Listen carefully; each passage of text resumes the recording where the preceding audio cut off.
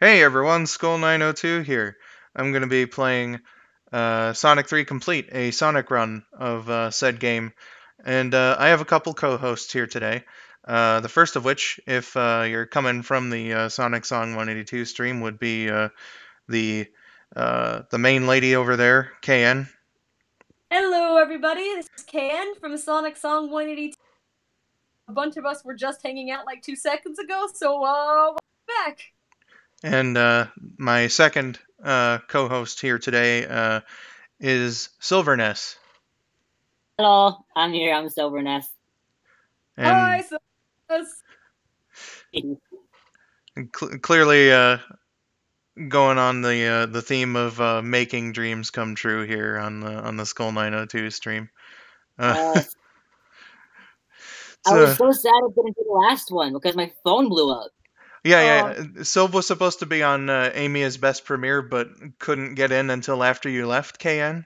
And so I promised him that next time you could come on, that I would at least give him an opportunity to co-host with you. So.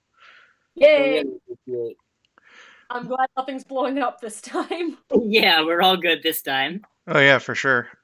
So let's get into the game here. So I recently did a Sonic 3 Complete video, uploaded that on February 2nd for the 25th anniversary of this game. This game has an unbelievable amount of options that you can choose here. Oh, whoops.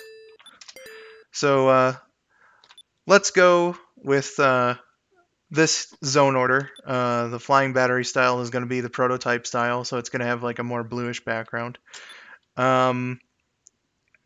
Original level layouts. Let's see, Sonic and Tails. I'm going to go Sonic and Knuckles for Sonic and Tails, and then I'm going to do the Sonic 3 layouts for Knuckles, I think. And let's do that for the super transformations. Alright. And then there's also a bunch of music options too.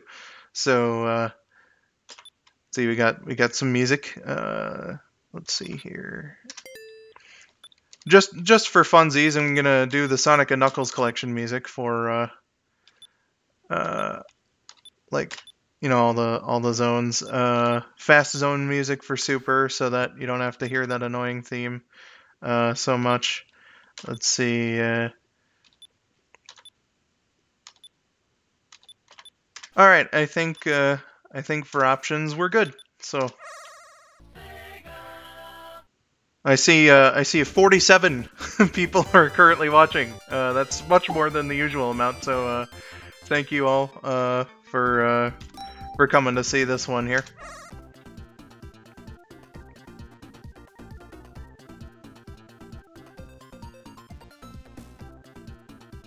So Silv, you there? Yeah, I am. How's your day been? My day's been pretty chill. I've just been, I think I spent most of my day, like about 4 hours-ish, playing some games while on a voice call with Rose Dragon from the Sims server. Gotcha. Just before we go any further into this level, praise Monkey Dude for this beautiful day here. Monkey Dude is responsible for all good things in this world, so praise to Monkey Dude. Monkey Dude! Oh yeah. Alright, Monkey Dude.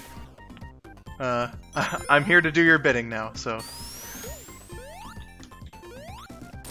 Bow down to Monkey Dude, all of you. Oh, of course.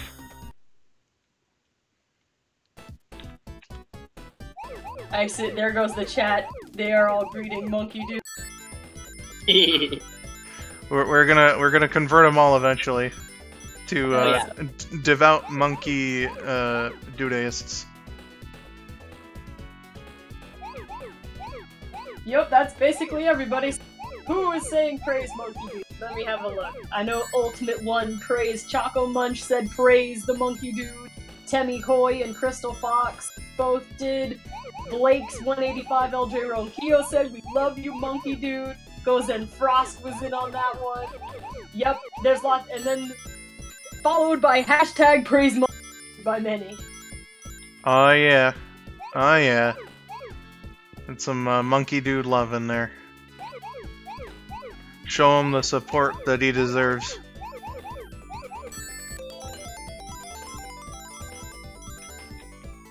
Gozen Frost said, "Who remembers the show My Gym Partner's a Monkey?"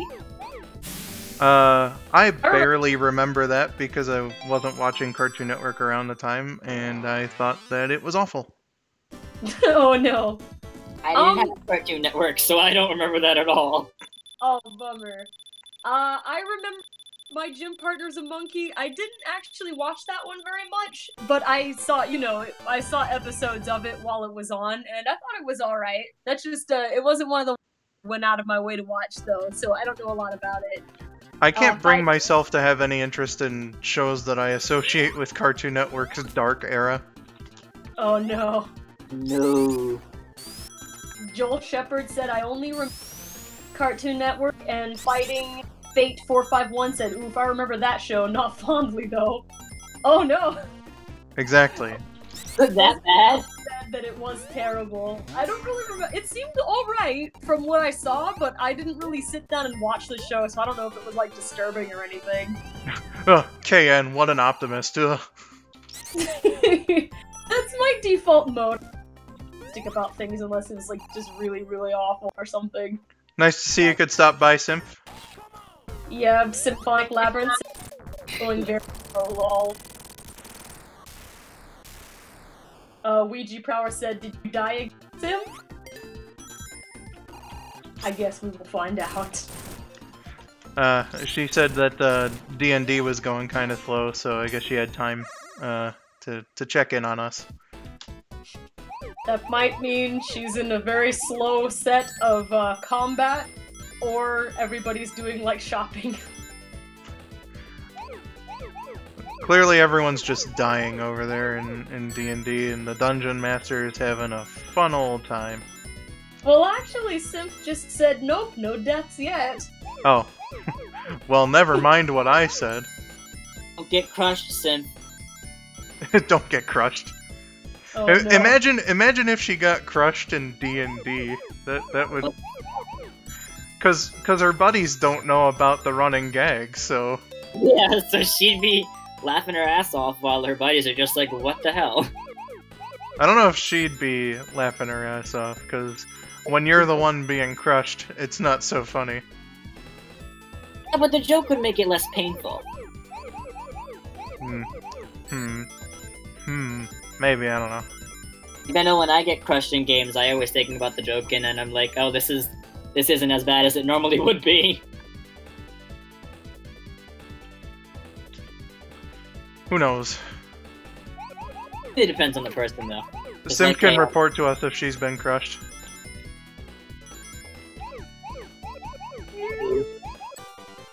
I don't know why this Katie loved to sing VA said cream sandwich, and that sounds delightful. Blake's 185 LJ Ron cream, delicious. My stomach's growling now. That reminded me food exists. Yay! I got some leftover pizza waiting for me whenever this is all done and over. I just had some of the leftover burgers from the other night that I made for dinner. Oh man.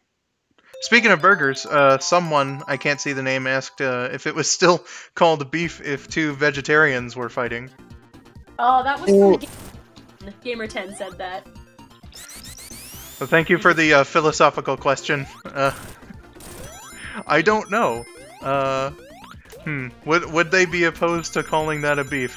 Who knows? I don't even know what you'd replace that with. I'm not close enough. No, clearly they were having a tofu with each other. Oh. I got a tofu to pick with you. Tofu with you.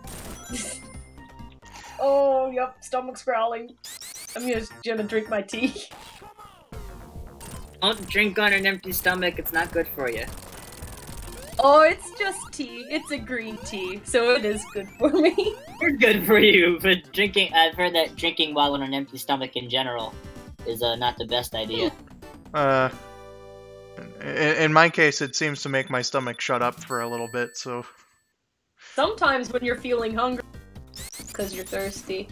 Yeah, I was about to say, sometimes it is a good idea, because sometimes your body doesn't know the difference between thirst and hunger.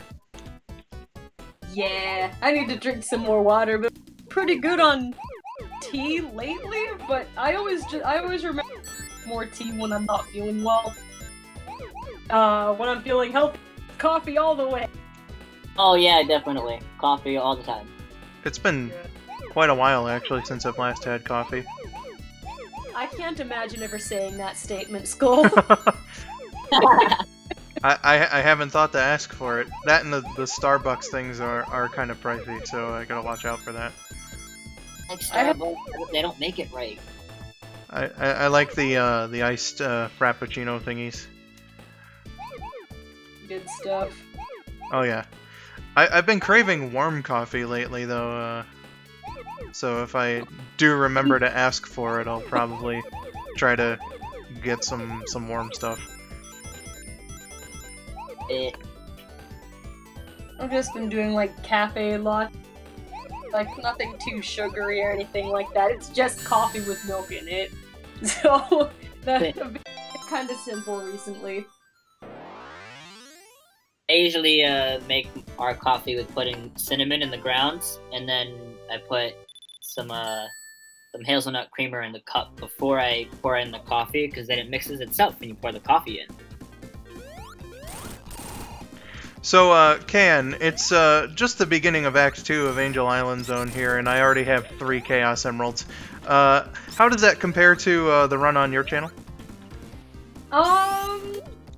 We didn't really focus, I think, on getting the emeralds early. The only time I remember during the Sonic 3 complete run that Platinum Speed and I did, where we like just went on a really big Chaos Emerald campaign, was when we were at like Mushroom Hill Zone. Oh, that's way too late. What are you doing? No, we had all of them before. I mean, we lost them again and had to do the Super Emerald thing. So Mushroom Hill Zone is the only time I remember we specifically went out of our way to find all the gold rings to go get all the emeralds. I think we spread it out a bunch during our run through. Oh man. Probably people from getting sick. there's so many of them early on in the game, especially in Marble Garden Zone. Hopefully, if things all go right here, I'll have the full set of the Chaos Emeralds by the end of Hydro City. So that's a thing. Ooh, you said it out loud. No, right? I said what? I can't repeat it. Drama. Hydro City / Hydrocity, however you want to pronounce it. Oh, okay. Well, doesn't about controversy.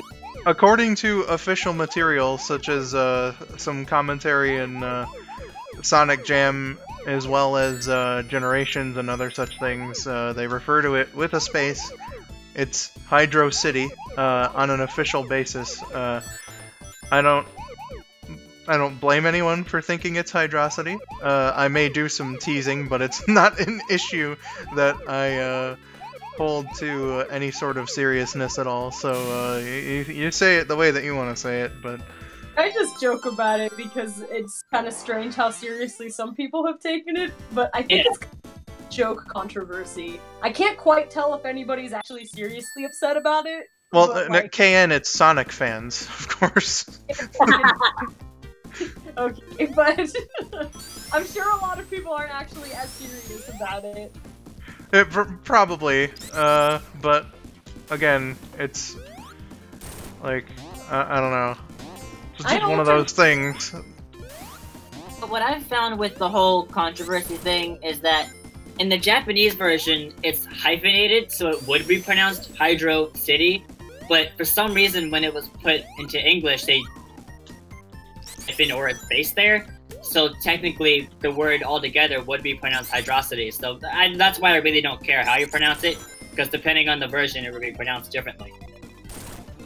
I sort of alternate between both because I grew up hearing it both ways, so sometimes I say Hydro City, sometimes I say Hydrocity, but there isn't like a particular one that I prefer.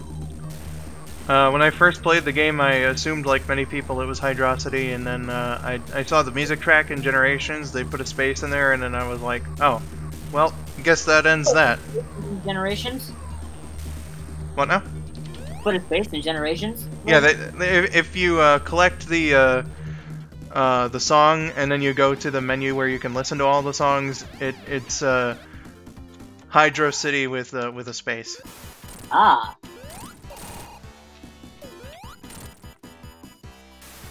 Fighting 451 said the Sonic fan base exploded over green eyes.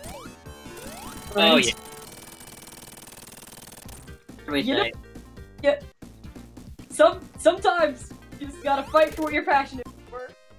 Hey, of course. Yeah, Dust in the Wind said to each their own. Maito Brito asked, many people have played the Oculus Rift. Have you heard of it, and are you familiar with it? I know it's a VR thing. Never played with one before. Yeah. This is a neat little thing you can do, by the way, with the game. Anyway, let's move on.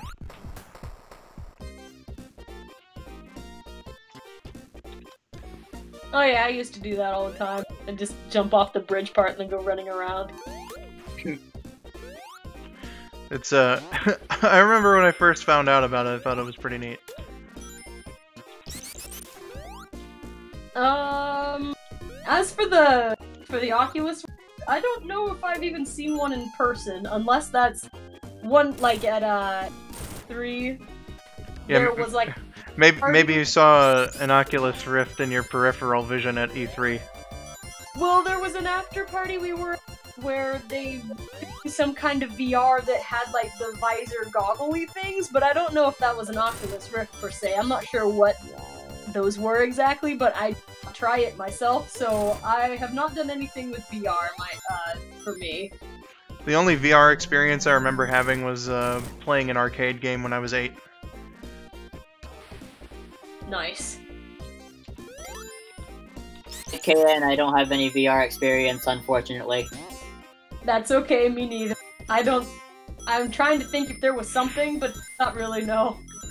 Kayan's old enough to remember when VR was a thing in the 90s. Yay! Like, does putting on 3D glass go into a kill? 3D? How about... Yeah, 3D! Woo!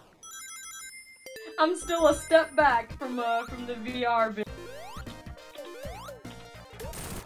Are you talking about, like, if you've watched a movie in 3D? Hmm? Are you talking about if you've watched a movie in 3D? Oh, I was just saying, I was trying to think of something that was similar to VR, and I was like, oh, I've seen 3D movies. Ah, gotcha. But I haven't done any VR. I only saw one movie in 3D once.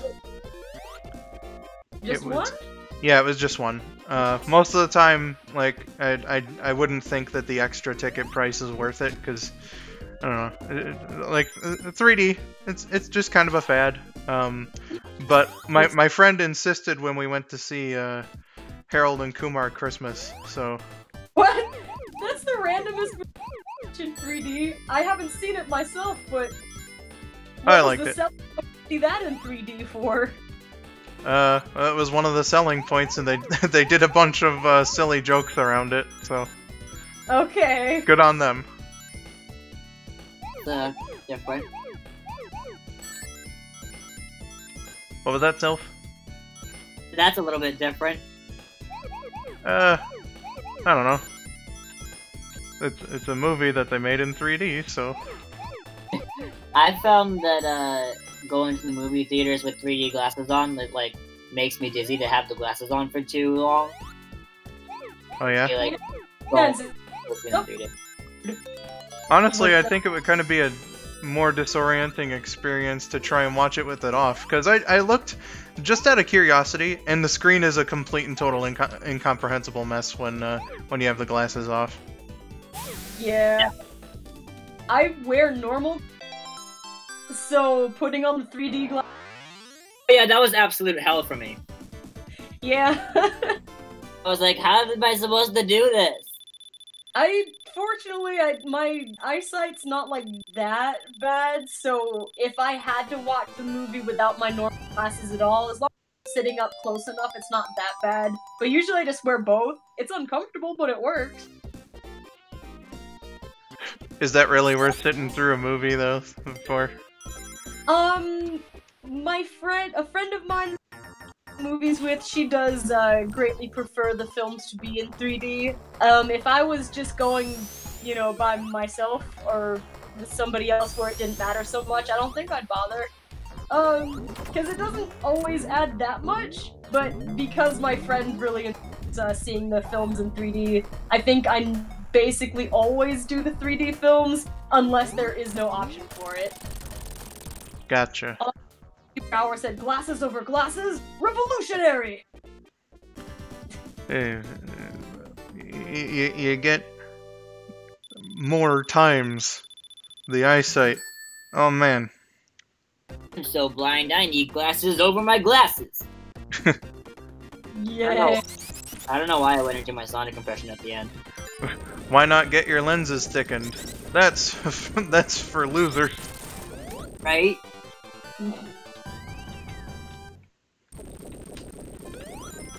That is for babies.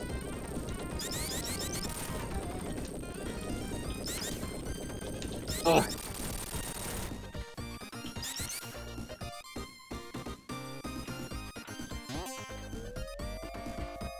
I'm trying to go through these lines in pen, but all of my like inking pens are running out of ink, so it's taking way longer than it should. Are you arting at the same time as doing this? Yeah. I was arting while you guys were on stream on the KN's channel, and What are you drawing? Or arting? Technically painting or something, I guess, I don't know. So I'm drawing, so I recently did a drawing of Izuku Midoriya from, My Hero. But that was only in pencil and whatnot, so I decided, hey, why don't I, on a separate sheet of paper, trace over my own drawing with just the line art, and then I can make like a, and then actually color it, so I can have two versions of it. Wow, what a tracer! Why would you steal your own art like that? No, right? Like, so bad. Doing right now, I'm just, going over I already traced them completely while I was doing while I was watching the stream that you guys were hosting, and, over the pencil lines with pens that are running out of ink, so.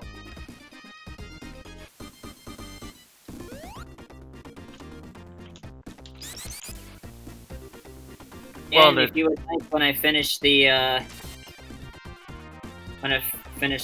line art here, if you want, I can post it in the server for you to see. Well, of course. I have a feeling you were gonna put it in Sim server anyway, but. Oh yeah, I'm definitely gonna put it in Sim server, but KN's not in that server. So if she wants to see it, then I have no problem. One we're using. Sounds good to me. By the way, is that character the one that's also named Deku? Yes, his nickname is Deku. Okay. I get confused sometimes because I think they might have more. I can tell you where the nickname derived from for him. As long as it's spoilery for people in the chat, that sounds fine to me. Yeah, it's not really spoilery. It's just really what it's called. Another character likes to call him defenseless Izuku. Well, so he took letters from the word defenseless and the last two letters of his name, Izuku, and combined them to make the word Deku. Started calling him as like a derogatory term. Huh, interesting. Yeah. But then Deku embraced the name when another character pointed out that in Japanese it sounds like the word Dekiru, which means to be able to do. To him, he was on board with calling himself Deku. Huh, that's interesting. I did not know that.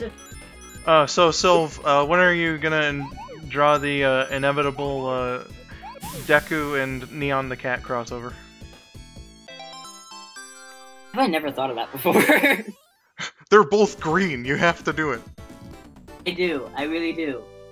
So what am I gonna do for that? Am I gonna just put Izuku in what and give him like ears or something? Well, no. You gotta do how like, you know, everyone's freaked out by Neon the Cat because he's a monster. So you know.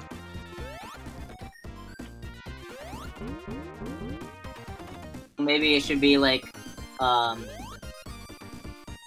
who sees Neon the Cat and he's just like completely shocked at his existence and he's just like, whoa, that thing.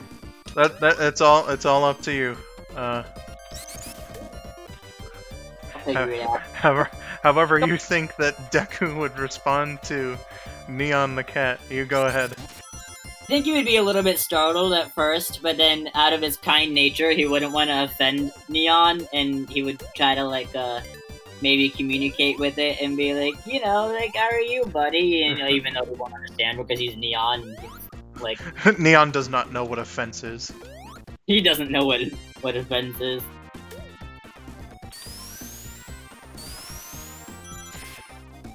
Neon just knows he has to save the world. And that his outfit is awesome. I don't even know if he's like he doesn't even know that he's fighting bad guys. He's just doing Fighting. He's just doing what instinct tells him to do because he's just brain dead, like we said. For Sonic and friends, that means fighting for them.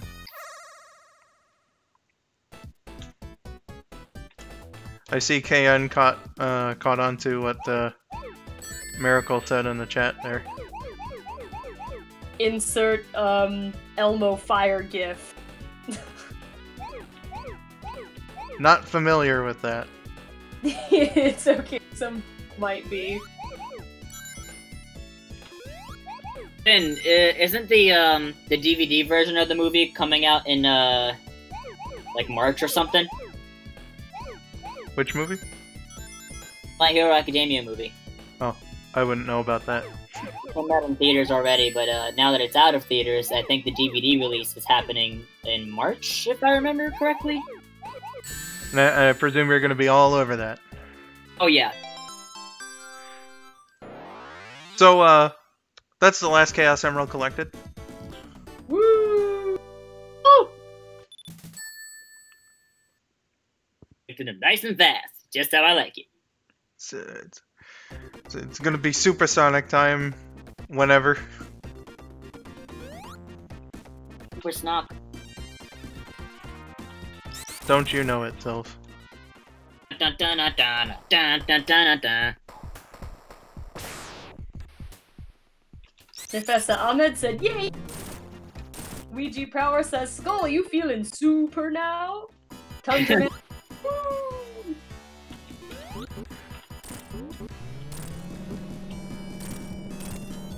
I'll be feeling super in, right now, actually. Yeah. Get up! Oh!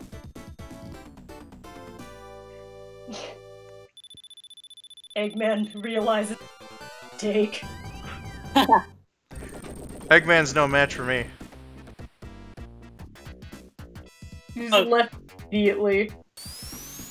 KN, I have a funny story about Mike Pollock. I was chatting with one of my friends, and we were at the his panel, and someone asked him what his least favorite Sonic character was, and he responded with, "Everybody hates Chris Thorndike."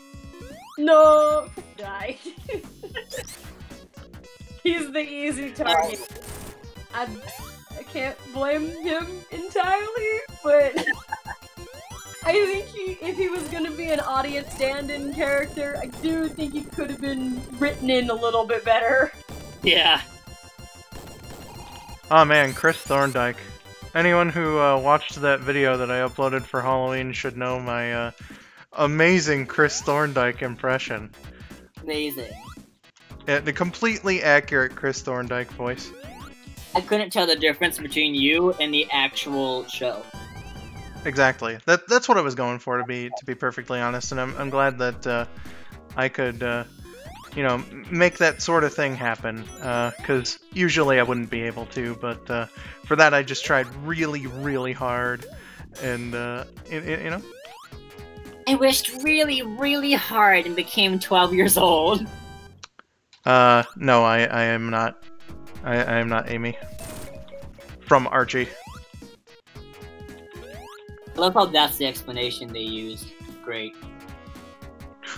Well, you gotta come up with some kind of explanation for how the character designs just changed. Oh, I genuinely like that reason because of how funny it is. Oh, the Penders era. Yuck.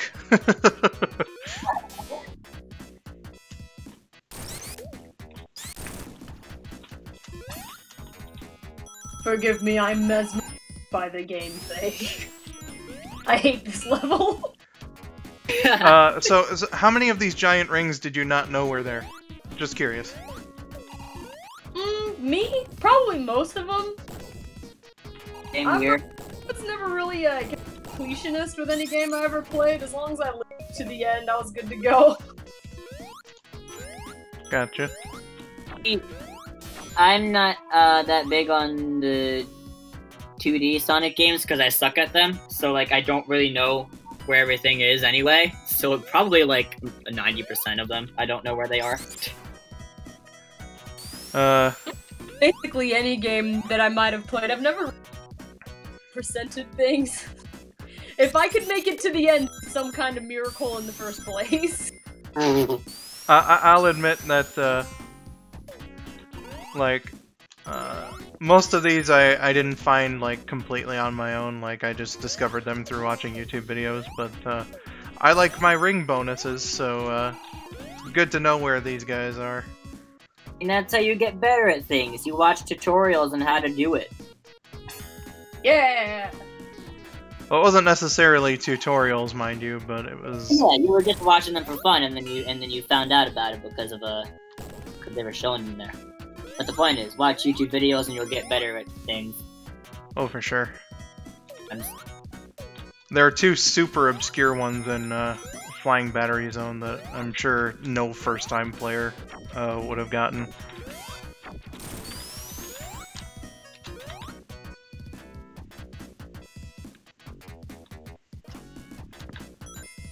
Come on, you. Oof.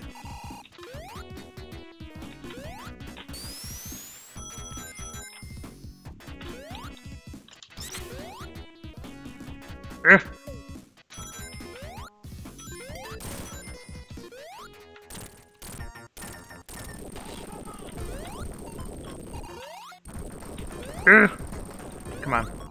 There we are. Aha! Get him, Skull! Get him!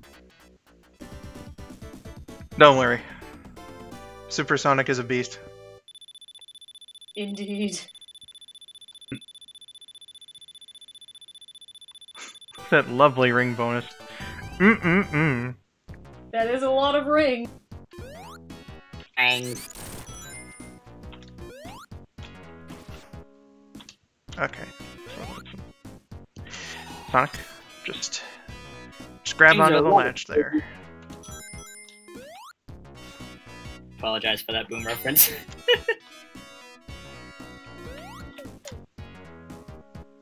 Lyrical Miracle 96 said, "Oh hey Skull, I finally got Sonic Chaos again and recorded a Let's Play."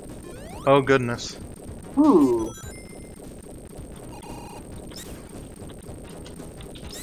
And Kelsey Lee said, "The old Sonic games I never finished, as there was always one zone I got stuck on, and I'm really bad at the special stages."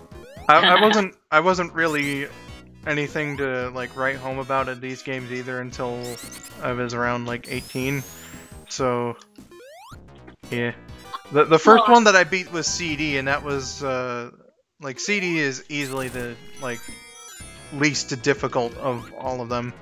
But I think that gave me enough of a boost, I guess, to be better at the other ones. I'm nothing to write home about game. I'm not necessarily good at anything.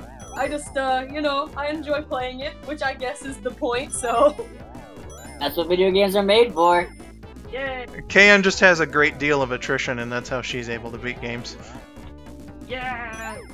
Well, when I was younger, I used to play with cheat codes on a lot of things, just because I sort of just wanted to play through the game, and I hated getting stuck. But my favorite kind of games, you know, my favorite RPGs, so I was like, I just want to get on with the story, but this boss keeps killing me, and so I just use, like, Game Sharks to get through a lot of stuff. I got better. Oh, yeah, I know. Mostly, I just wanted to, like, see the story. Mostly, I liked to watch games more than I played when I was younger, so I just wasn't good at them, but I wanted to, like, see them, so there it was. Yeah. I did a lot of Sega games, though. I didn't know the cheat codes existed.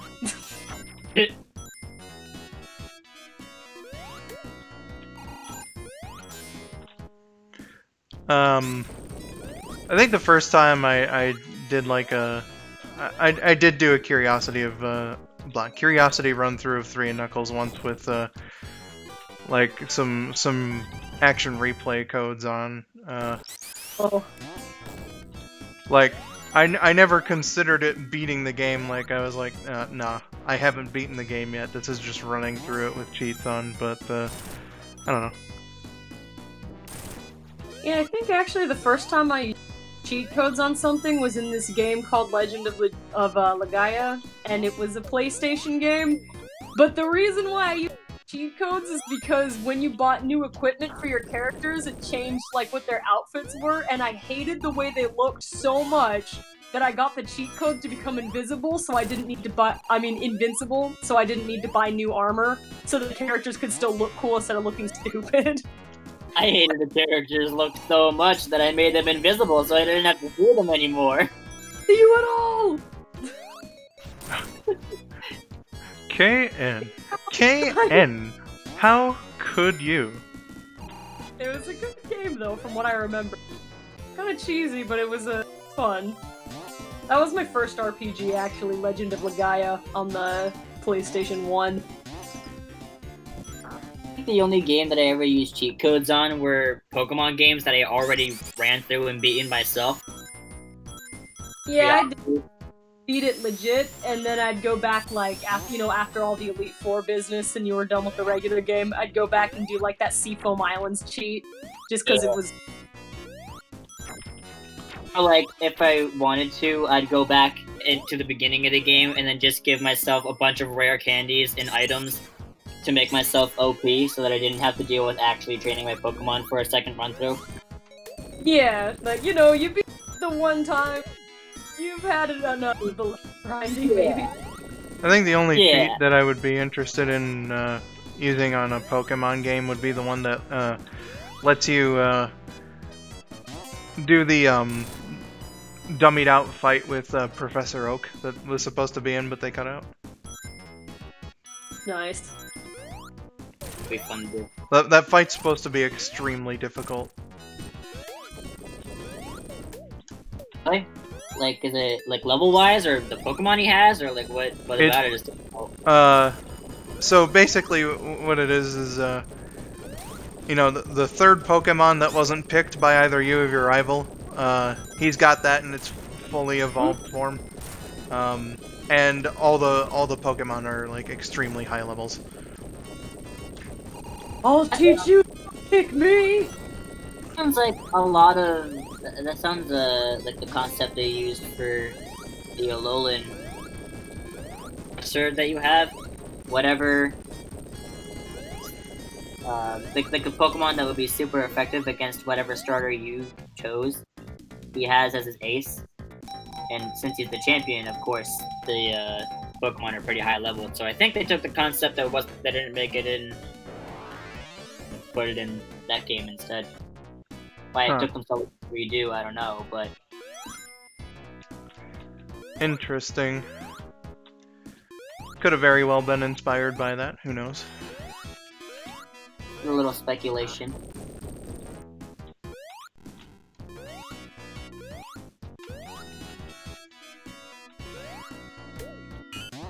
Sync Studios was asking who's hyped for Team Sonic Racing's soundtrack.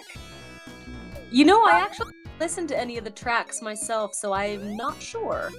They're so good. Oh yeah? They put in 2 tracks from the previous Sonic Racing games. The very beginning ones, like in Ocean View, which was based off of and the other Seaside Hill based track called Whale Lagoon. They put those back in the game from the previous versions, and those tracks are pretty fun to listen to. All are. Did they have some new ones too? Yes, they do. I believe they have one that's based off of Sand Level in Sonic Adventure. Ooh. They have one based off of that, and then they have Type 1, and have a Rooftop Run Run. Nice. Yeah, I think the track's out now? Yeah. Is that the one you meant, Sand Road? Yeah, Sand Road is the one that they had inspired by that. Nice.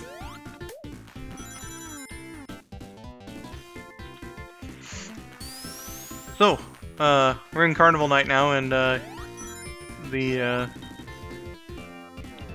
guess good-eared of you will be able to go up and down.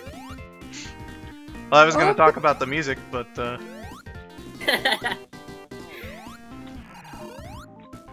come on, let me up there.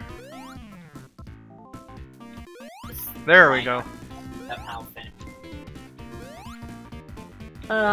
Fighting Fate 451 was asking, how far have you got Kingdom Hearts 3 KN? Really quick, are either of you two playing Kingdom Hearts 3? No. I do not have the necessary anything to play that game. How about you, Silver Ness? No, I personally wasn't really interested in Kingdom Hearts 3. I tried playing the first Kingdom Hearts. This one? Just didn't really seem like my type of game. That's cool. I am still excited about Kingdom Hearts 3. However, I work too much, so I barely get to play. I think I've played about 3 hours, and I'm on the second world. No spoilers, I'm not even gonna say what the second world is. But it's like literally the second world you go to. Where you're, running around looking for information on something. But I'm far. I really don't have a lot of time to play, unfortunately. It's very sad. But this might be a good place to find some ingredients. Oh my gosh. But, yep. On the second world, I got a lot.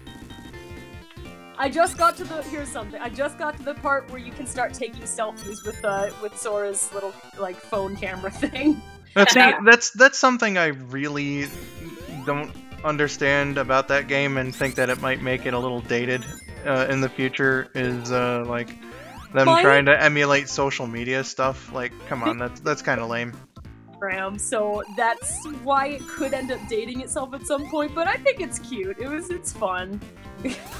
I couldn't figure out what button you had to press to take a picture, so like Sora's standing there.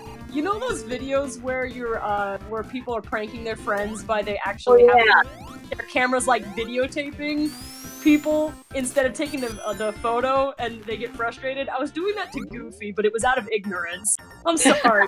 Don't hate me. He like posed and everything, and then he got bored and left. Oh. No. Oh, Goofy, come back. Goofy, come back.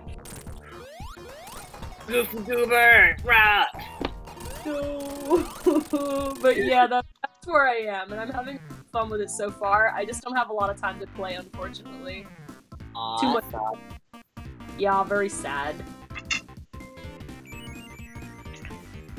Sure, you play whenever you get the chance, though. Oh yeah, I've gotten down and play it twice since it came out. There really hasn't been much time. Oh. I wish I could sink some time into it. really would like to get further, because like the longer a game is out before you finish beating it, like the more likely it is that someone's gonna spoil it for you. Like, Yeah. Please.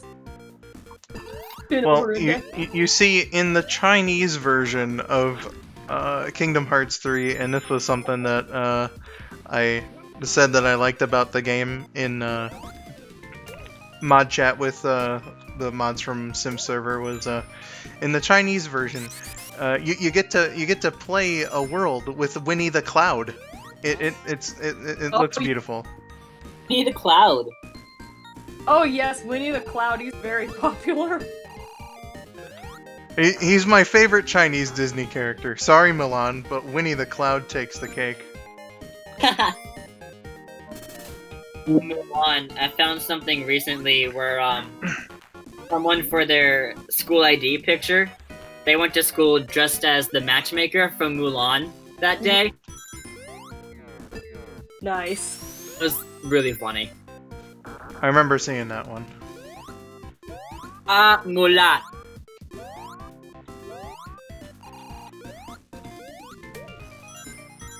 What was that? Don't worry, Chug, I don't want any hard spoilers either. That was the least spoilery thing that could be mentioned.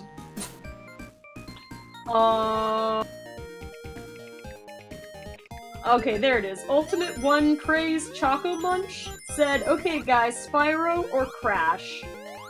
From what I've seen, I am interested in the PS1 Spyro games, but overall, I'd think that I'd say that there are more Crash games that I would like to try out. I haven't played any of them, so you know, I could be surprised, but I tried a Crash game on the PS2 and liked it, and I also remember really enjoying the Crash racing game, and I don't really have too much experience with Spyro, so just going off of that, I think I might say Crash, but no, then again, I don't really have the right comparison.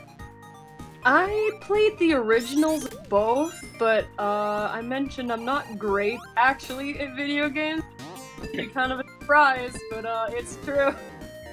I think there were some levels in the original Crash games that I liked a lot. I think it was usually when you play as his sister Coco and you could ride around on a tiger. Like, those were fun. I liked those levels. And I remember liking the aesthetic and the story with Spyro more, so maybe I would lean towards Spyro between the two. something I've noticed about Spyro and have heard people say is that it's one of those games where you can just mess around without making any sort of progress in the story, and it's still like really fun to do.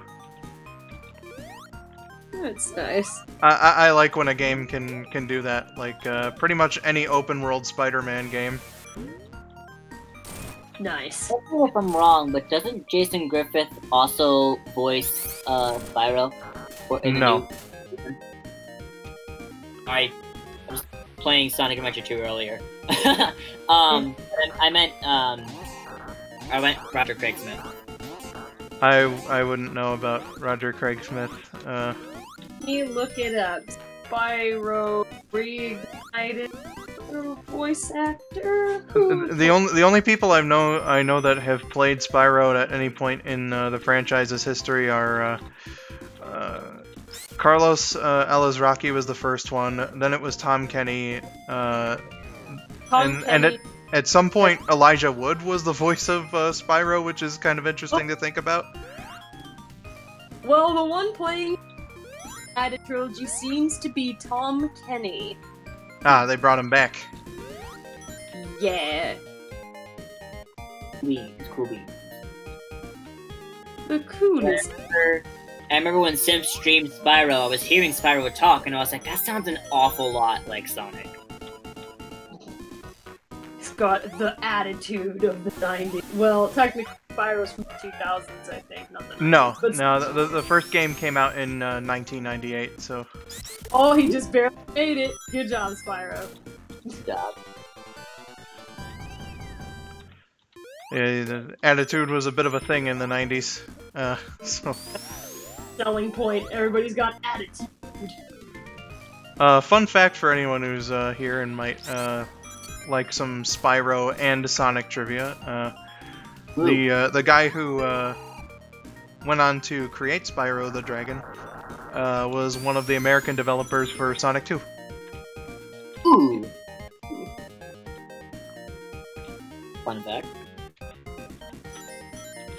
Joel Shepard said Tom Kenny then became SpongeBob. Yep.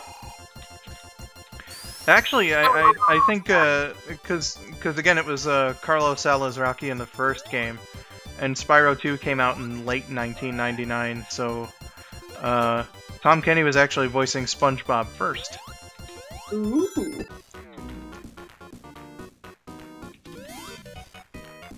Jarrett Perez says, the more you know. Have either of you, or any of you really, out there in the chat, played any of the SpongeBob games? I want to play Battle for Bikini Bottom like so bad. It looks fun. I forget which one I played. It was for the GameCube though. I played one of them, and it was different. I enjoyed watching my friends play through it, but I think playing it myself, I was like, this is it's not like I didn't enjoy it. It was just not my type of game.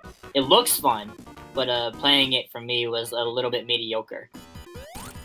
You know, sometimes a perfect good game just isn't quite the right game for you, so that's there's a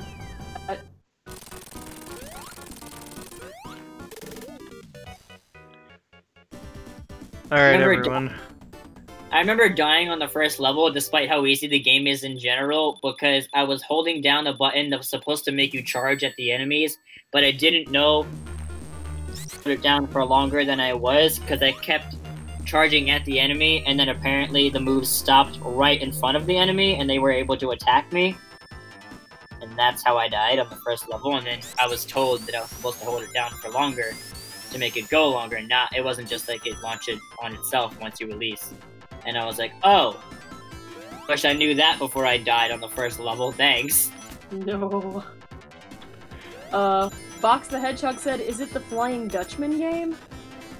I'm not entirely sure.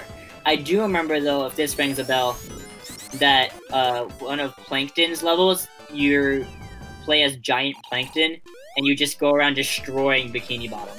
Yay! Oh, like that dream from the one episode. Yeah. Lick, lick. I don't know why he decided to do that with the Krusty Krab sign, but hey. Guess you can do whatever you want if you're giant rampaging through the city, lol.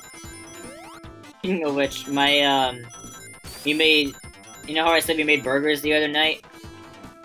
My, mom is gluten-free, so she had to get a different type of bun to put them on. And the way that the buns looked with all the, burger stuff put on it, it literally looked like one of those gummy Krabby Patties that you would find.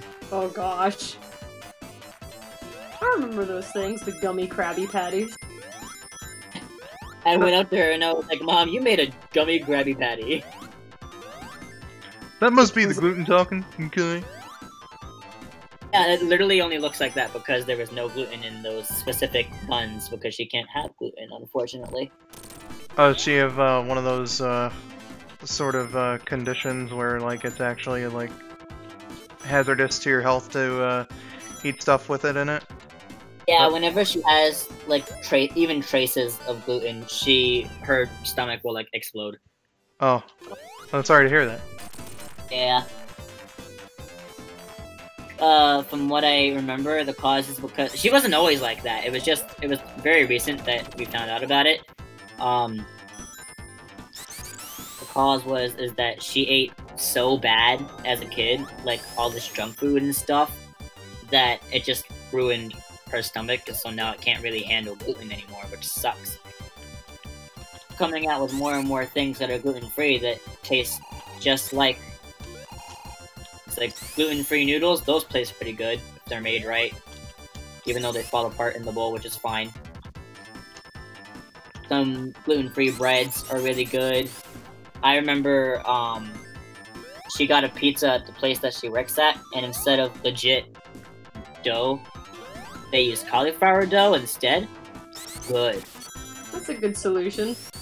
You can make a lot of stuff out of cauliflower, actually. I've seen, like, macaroni and cheese be made with cauliflower before instead of cheese. That was interesting. Normally, she and I don't like cauliflower, but the way the pizza was made, we both really enjoyed it. I think it was cauliflower dough.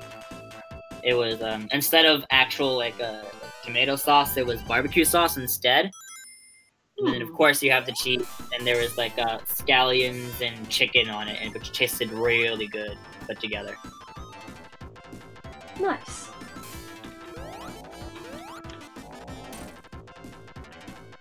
I just kind of realized now, putting the levels like this is gonna kind of ruin my Super Emerald chances. What is going on here? I'm supposed to be able to push this. Okay, whatever. Guess I'm going up. What goes up must come down. Yeah, my feet don't touch the ground.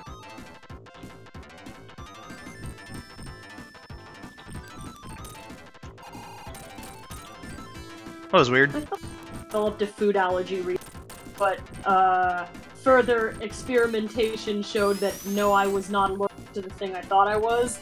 But the creepy part is now Hold on. I need to relax for a moment there. I just did a warp unintentionally to the giant ring I was supposed to get to. That was great. Yeah. Oh, that was great. Stream, that was interesting. Joel Shepard said it's too fast. It may very well just be.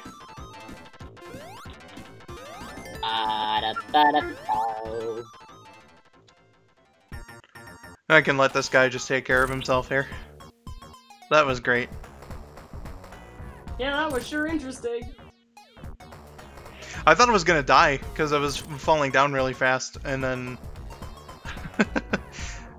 I just so happened to be in a safe area, so that's good. That is good. Yeah. Color King 99. Their only problem with food is red dye. Yeah, I have a friend of mine who can't have drinks with red dye in them.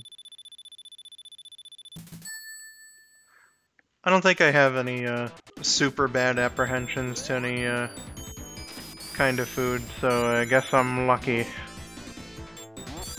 I guess don't.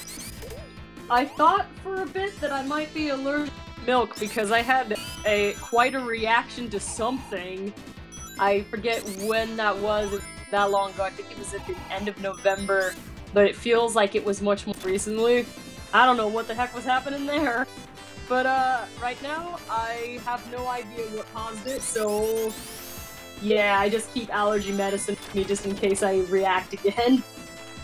But apparently it's not the milk. I have had milk since and I was fine. Maybe it was rotten milk. Like, Yeah. not necessarily rotten, but like past expiry, and I don't know, did it taste any funky to you? I'm really finicky about expiration dates. Like, I definitely pay close attention to those. It's just, it was my wild guess about what it was. I broke out into hives, actually, that just got worse and worse over the next, following few days. Is it a different type of milk than you usually have? Because maybe it was something in the milk, the way it was made, that you might have reacted to. Just normal old milk. The things I had to look that I had that evening: milk, cheese, and Ritz crackers. I don't know what's going on there. Maybe it was a combination of it was hives actually. So hold on. It wasn't even something like you got a different percentage of milk that you normally get. Like maybe you normally get whole milk and then instead you were drinking 1% or 2% or something. Well, I have had all kinds of milks, but honestly, even the doctor had no idea. The doctor was like, "Well, it might be stress." And I'm like, "That's nice." That's fantastic. So it says on the chart that you work 3 jobs. Yay! But, I don't want to alarm you, but it might be stress related. No. I mean, it didn't or anything like that. It was just creepy. So, you know, there's a plus. Was it? You would all think it might have been the Ritz or the cheese? I tried both of those things too. Milk was the last one that I, like, because for a while I didn't have 3, but because I didn't know what caused it, I slowly experimented with each, and none of them were it, so I have no idea. I'd be really surprised to hear someone having an allergy to a cracker. I mean, people can have allergy to water, so it can happen, but... People can be allergic to everything. I'm specifically allergic to Ritz crackers. What the heck? Well, those are the best ones. Like if it were specifically Ritz crackers, yeah, that'd be pretty weird. What a thing to be allergic to. I mean, I might be super mildly allergic to avocado. Like, it makes me itch a little bit, but I still eat it. I'm not that allergic to it. Maybe like spearmint gum, but I don't know. Oh yes, everybody, please take care of yourself. Keep an eye on the things that you eat, especially if you have a weird bodily reaction to something, like hives all of a sudden. Just, you know, keep an eye on it. Yeah. Speaking of taking care of yourselves, ever since you've been really advocating for taking care of your teeth, KN, I have been paying attention to that more, and I have had no cavities ever since. Oh, that is great. I'm glad. I can't say enough. Everybody, take care of your teeth. Oh my gosh. And like, my teeth care wasn't really that bad, except that I wasn't flossing well or often enough in the back. Like, my front teeth were all totally fine, which is part of why I never knew I had. Because all the cavities I had, you couldn't see them because they were between the teeth and the back molars. I had no idea. I went to see the dentist for one problem, and man, I came out of years worth of work that needed to get done. Jeez. Floss your teeth, dudes. It just takes a minute. Not that hard either. No, it really isn't. There will be grave consequences. But yes, take care of your teeth. It's really annoying. Dentist like once a week for a year, that was not fun. And I was going to like a dental school also so that it was more affordable. That was extra not fun, because what they can do for you at like a dentist when they're, you know, when they're professional dentists, they can get that done in like 5 minutes to 30 minutes maybe. I would be at the student dentist place for like 4 hours with my mouth like cranked open while they're like drilling. I'm like, this is sad and long. I think what I hate the most about dentists is that some of them like to do the thing where, like, even though they have a million things in your mouth, they like to ask you things about life. Dentist, so, why? Yeah, not to like. You got all these things coming out of my mouth, and you're like, so how's school going? And I'm just like, oh, great. Like, you can't even understand me. Like, why are you asking me this? Something that I did because part of the reason why it took so long in dental school to get some things done is that when they would finish a step, they needed to wait for the professor to come by and like look and approve them to continue. Oh. And there were more students than professors, so I'd be sitting there for like 30 to 45 minutes, and so of course the student dentist was gonna ask some questions because I was just laying there for almost an hour, and so yeah. I would type up a response on my phone and show them. So I'm like, you know what? This is the only way anyone's gonna understand. Here's my stock response for you. Praise Monkey Dude? Oh. See, I was just making a joke, but then you turned it into something way better. Okay. Yeah, Katie, do they still do that now? The student dentists? Oh, Katie said that, Katie left to sing, that her dentist used to ask her things while, they had a billion things in her mouth. I think do that. It's a universal dentist thing. My experiences with the dentist was more so like, Can you chew on this? Does this feel uncomfortable? You know, straight and to the point questions. Yeah, that's. Would ask any of those types of questions, like they would ask KN or Katie, like before they put a bunch of things in my mouth.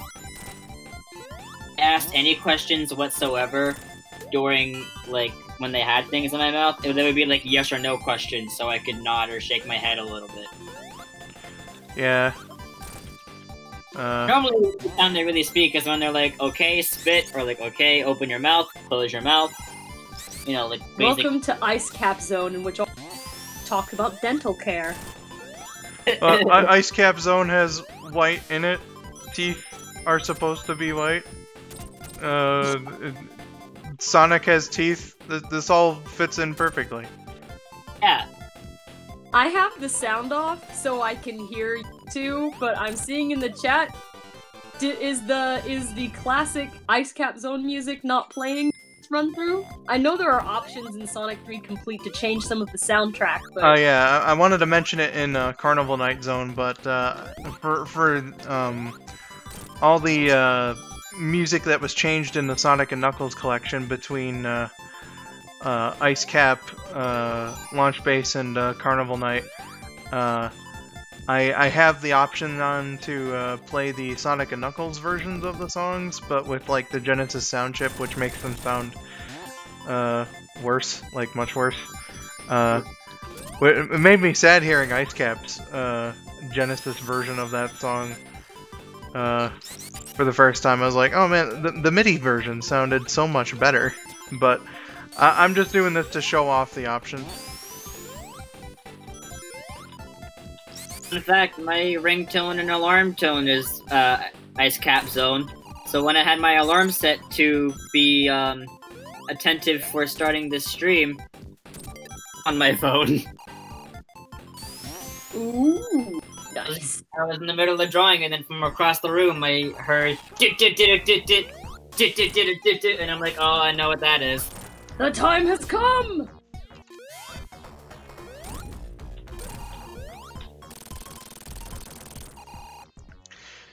I am sorry to hear about the things that you were experiencing. That sounds horrifying. So as far as the music goes, like I prefer just the normal version of Ice Cap's song as well. Just the normal versions of the tracks in general, but I felt it necessary to show that again that we got some options to play around with in Sonic 3 Complete. That was a dumb mistake from me. The unusual options that you don't get all the time. Right. I just ran right into that guy. That was disgusting. Destroy him.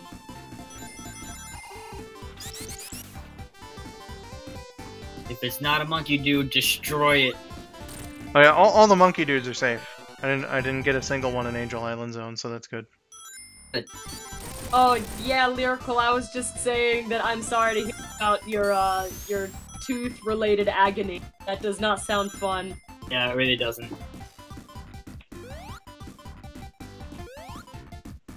Oh, I should probably get the reference picture up in order to color correctly. That would be helpful. Yeah, that tends to be handy. Like, I know this point from memory from obvious admiration, but still, I'd like to be able to get the colors right. DC Gamer 50 said, "Hey, subscriber 1,269. Nice. Thank you for subscribing, D Gamer." Oh, to my channel. Yes. Yes. Thank you to you and all else who have decided to subscribe. That number though, it sounds like it went up by like 25 or so. Goodness gracious! Thank you. Huzzah! Huzzah, Whoa. indeed. Ugh. Really the darkest green I have? Come on. Array of 50 markers. It's gotta be a darker one.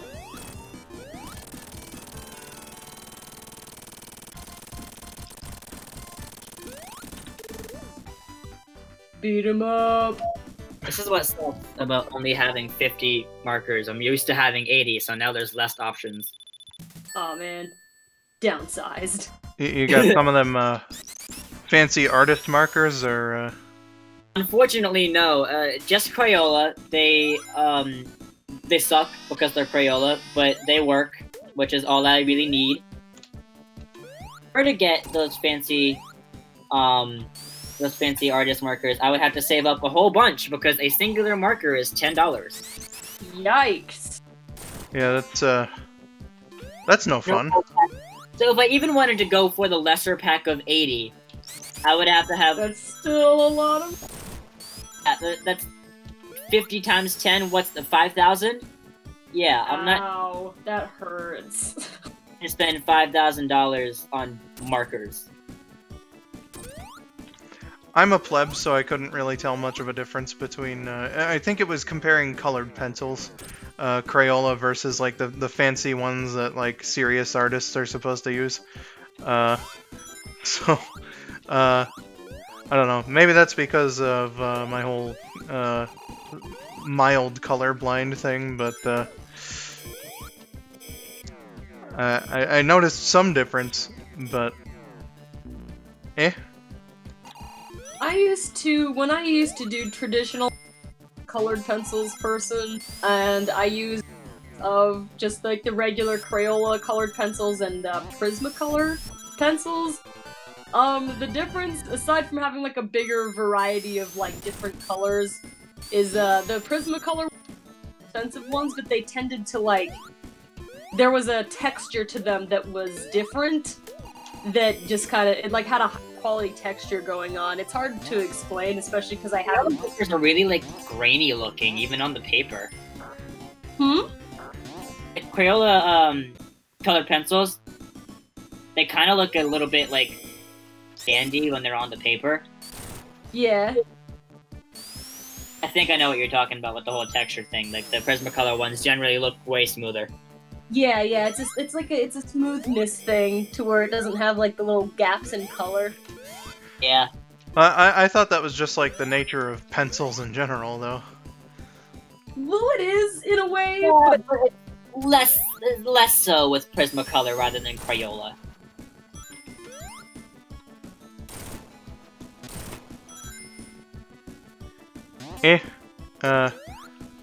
I too preferred colored pencils though. If I was gonna like draw traditional, they're just the easiest to work with, I think. I did use marker when I needed to print something that was supposed to be black, because no colored pencil, even the Prismacolors without severe hand pain, could color like smooth enough for a color that dark. So, oh yeah, definitely.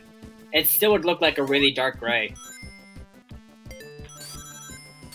I used to draw with colored pencils a lot, and I was satisfied with it.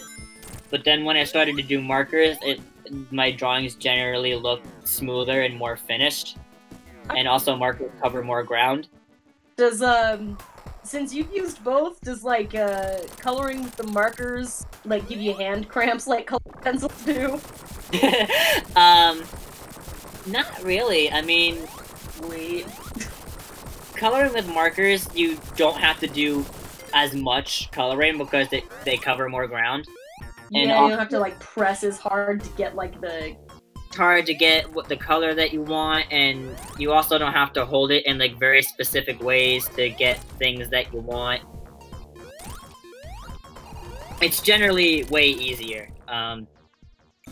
I don't really get hand cramps a lot while drawing traditionally anyway, because... That does sound like a plus. When I did draw traditionally, in like 8 hours, cut like on a pencil drawing, and man, my hand was so bad. But I'm really bad about finishing pieces of art unless I finish in one sitting. I have a hard time getting... Unless I do it all in one sitting, it's not getting finished. Yeah. You gotta do all in one go. Which sucks for me because I tend to lean more towards drawing like anime characters now, and those take me anywhere between 2 to 6 hours. So like, Yeah. unless I know I have a lot of time on my hands, I can't really start anything.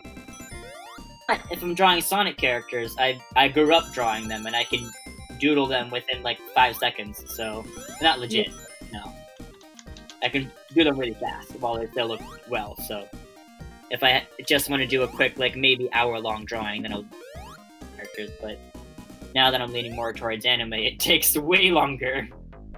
Yeah.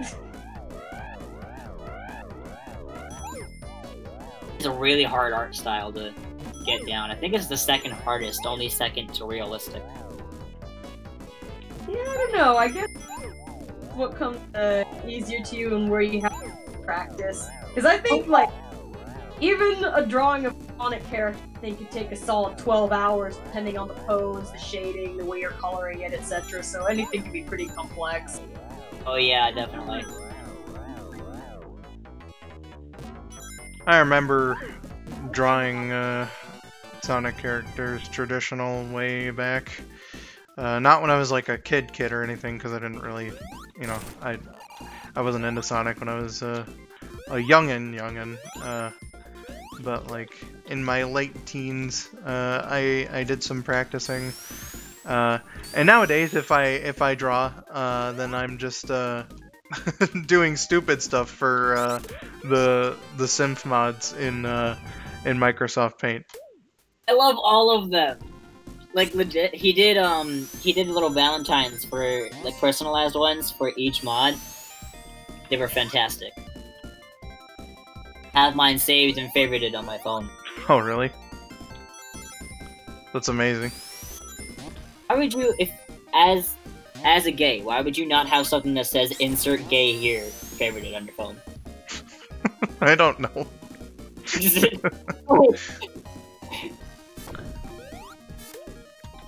And yes, Katie, very nice. Yeah, and other than Sonic characters, is there anything you find generally easier for you to draw because you're familiar with it? Or just in general easier to draw? Well, a helpful thing about some of the Sonic characters is that there's like a few basic shapes, and then it already looks like the character you're trying to do, and so like, nice. But mostly, if I'm not stuff for the channel, I'm drawing like original like characters that are, you know, like regular human characters. That's what I'm more used to drawing for the most part. But I wouldn't say it's necessarily easy. Because there are maybe a few less basic shapes to get the gist of things done, so I can't sketch a human as fast as I can sketch a Sonic character. They're so hard, there's so many components to them. Why are we as beings so difficult to draw? That actually is a thing. That like humans are the most difficult thing for humans to draw. And there is a reason for that. It's psychological, but I wouldn't be able to tell you. Oh yeah. Oh man. I was trying to remember what the last thing that I drew was, and it was... I drew a birthday picture for a friend, and that was the last thing that I did. When was that? Huh? When was that? It was around the... And it was a Pokemon picture. Aw. It had people in it, but it also on. So that was the... Jeez, is that really the last... Yikes. Man. Oh well. And I guess, I mean, last thing I drew that wasn't for, like, you know, I draw often for, like, the Sonic Song channel, but that's, like, out of, like, personal project stuff. Yeah. Have you ever encountered someone who knows how to draw things, but, like, not human specifically, or, like, you know, just something different from you, and when they see things that you do, they say that they suck at drawing, but then you're like, dude, you're so amazing at that thing that you do, you just draw something different? You know, I think I see that in walks of life. For the most part, anything that you're not super familiar with doing looks crap. majestically impressive because you don't know how it works, you don't know how to do it, and you can't do it. And so, like, it's like that with a lot of things. Like, I can't think of, like, a good example, but I do say that with art also. I mean, I think, you know, I've got that myself. People are like, wow, you're so good at drawing Sonic. I'm like, oh, nice. I have a friend of mine who's like really good at drawing animals and stuff, and she says that she sucks at drawing and that I'm really good because I know how to do humans and like anime characters, which is really hard. Yes. She draws dragons and stuff, and they're like awesome. And she's like, I suck at drawing, and I'm like, no, you're awesome. You just don't specialize in humans. Like, not even I know how I draw humans. Like, it just. While I'm drawing, I look at what I'm drawing, and I'm like, how am I doing this? Like, what's happening? Like, honestly. Huzzah! I think it's to a point where I drew something of two boys, and it looked really good. Redraw it without tracing over my own drawing, it looked absolutely terrible, because I just didn't understand how the hell I did it the first time. Wow, Oh, you no. self-stealing tracer, you. No! Over it instead because I wanted it to look good because I was making another copy for a friend of mine. By the way, Skull, since we're just about through the Sonic 3 stretch of the run, I think I do probably gotta go pretty soon. I gotta get back to work. Oh no. Oh no. Well, in that case, then it was good doing this this doubles thing here, and you know, good luck with your busy stuff and all that. Oh, I get to do exciting stuff like paperwork and newsletters and things like that. Oh man, totally jelly here. I I really bet. wish I was doing that instead of drawing right now. Play games instead. That sounds a lot more. I mean, good lord, that's just the most exciting life. Oh yeah. Absolutely. Yeah, paper. Okay, good luck collecting all the Super Emeralds, and it was nice hanging out with you, Skull, and with you, Silver Ness, and everybody who's in the chat. Yeah, it was nice hanging out with you too. Yes, Talking about, like, dental problems for a whole level. Well, you know, it's something. That's how we do. Okay, good night, everybody. See you later. Bye! Well, that was KN, everyone. Be sure to let her know that she was much better than I've been so far on the commentary.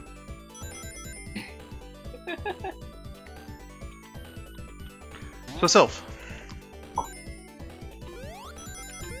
why can't I find these final 8 blue spheres? Clearly, this is your fault.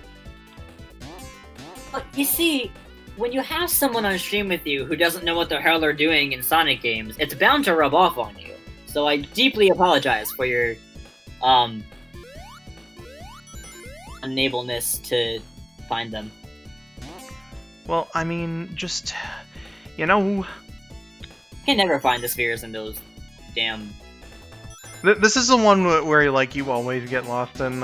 It's that just seems to be the law of the land with this particular special stage. Thank goodness it's actually like wide and open enough though,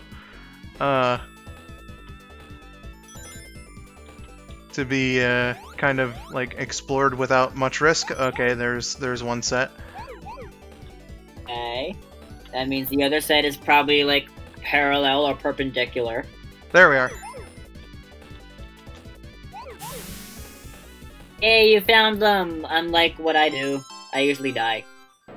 Well, again, this special stage is like super wide and open. You're not like super likely to go ahead and run into a red sphere in that one. So, no matter how fast you're going, you know. Not too bad. Also, see you later, Nefessa. Hope that you had Hope that you had fun here.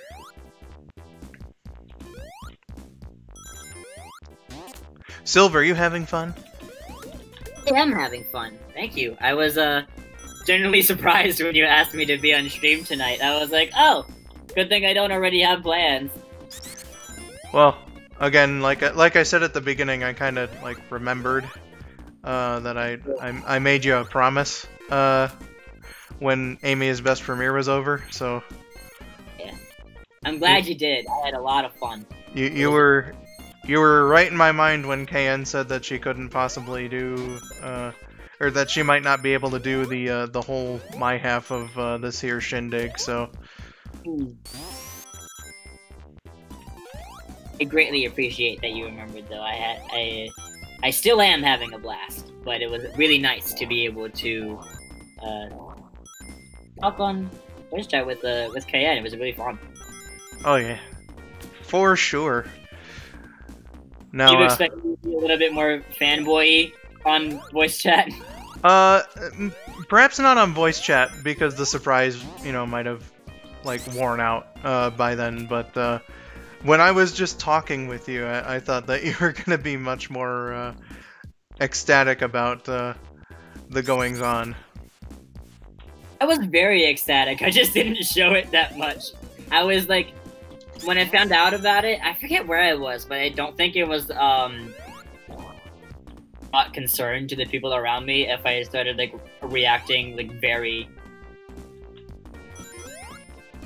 to chat. So I tried to control myself in general, which then also leaked into chat of me being more composed.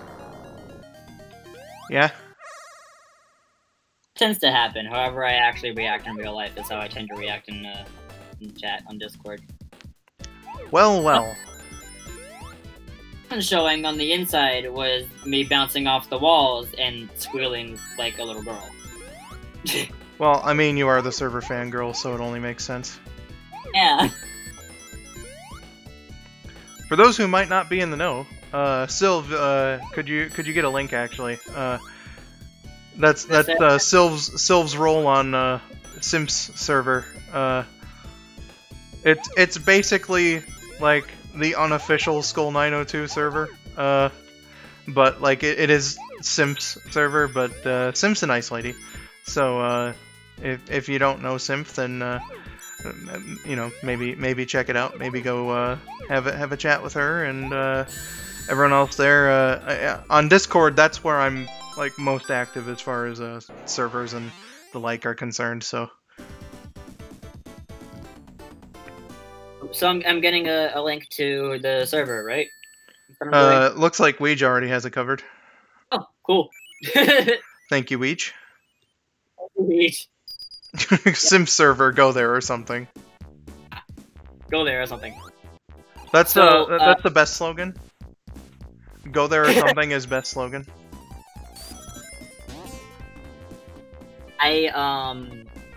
Rose just DM'd me and said that I could say this on stream.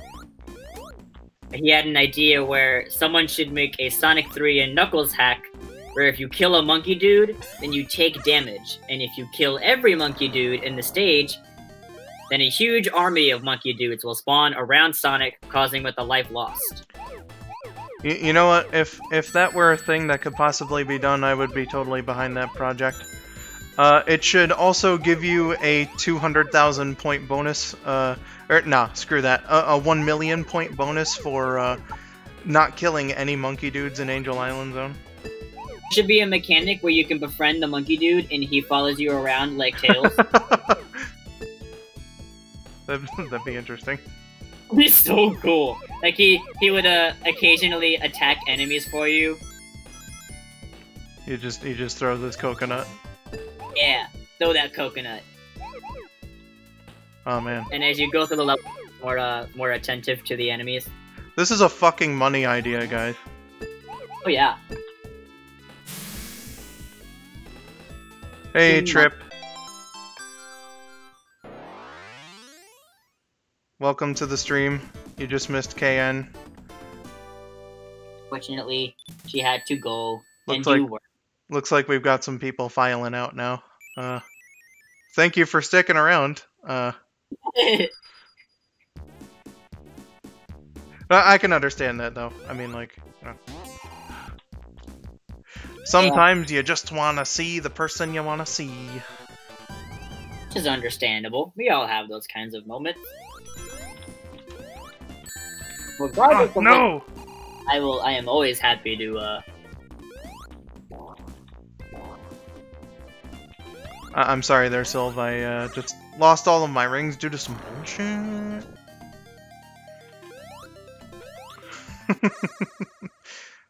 No, I was on top of the mushroom, so that hit was legit. It was just some bad timing. But what were you gonna say?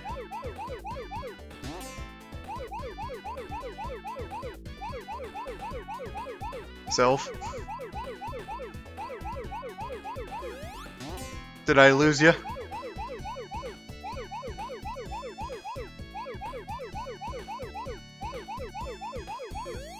Alright, well I'm gonna do this special stage and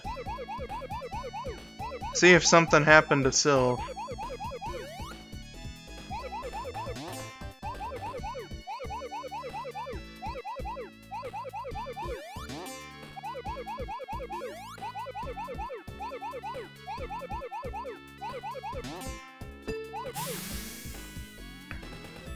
Alright, I'm just gonna pause the game for just a moment. Silv?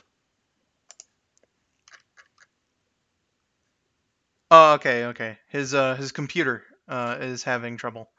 So Silv will be back with us in just a moment. So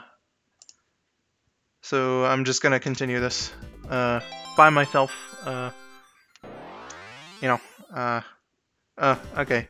See you later, Miracle. Hope you had fun watching us. I will try to man it alone while Silv is getting his technical difficulty sorted out. Only 3 more to go. Let's see if we can do this in Mushroom Valley Zone, because it ain't Mushroom Hill in 3 and Knuckles Complete. That's not the actual name of the hack.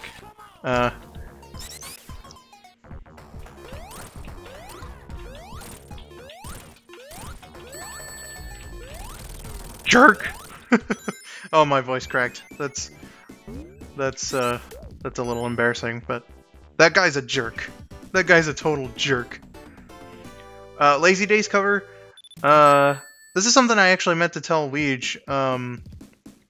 But like, you know, there are some stupid songs that I'm planning on recording at some point, but I can't do them right now because with my new microphone, like, I love my new microphone I've been testing out, but I can't wear my headphones at the same time.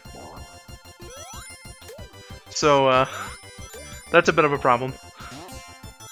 back. Hey, Silv. My computer randomly shut off for some reason. So it's like during that one SA2 stream where my electricity just died for no reason. Yeah, I don't know what happened because my computer was at 63% and then it just randomly shut off as if it like battery. What a jerk! What a mean, meanie jerkhead jerk. Jerkhead jerk. We have fun on these streams. Yes. But I was just talking about my new microphone and how I have like those rap songs written down and like a bunch of stupid song related shit that I want to do. And I was lamenting that with like the way that my new microphone works with the stand and everything, I can't actually record any of that, at least at the moment, because I can't use my headset at the same time to listen to the music coming through. Oh. So I'm gonna have to get like a 3.5, like the analog headphones, and stick them in my headphone jack. Maybe as a solution, you could instead of using the mic and microphones, like a, you know, at the same I said the mic and microphone, that's the same thing. The headphones and the microphone on the same whatever. Maybe instead you could use a different device for music. and you could listen to the music that way while you recorded with your mic.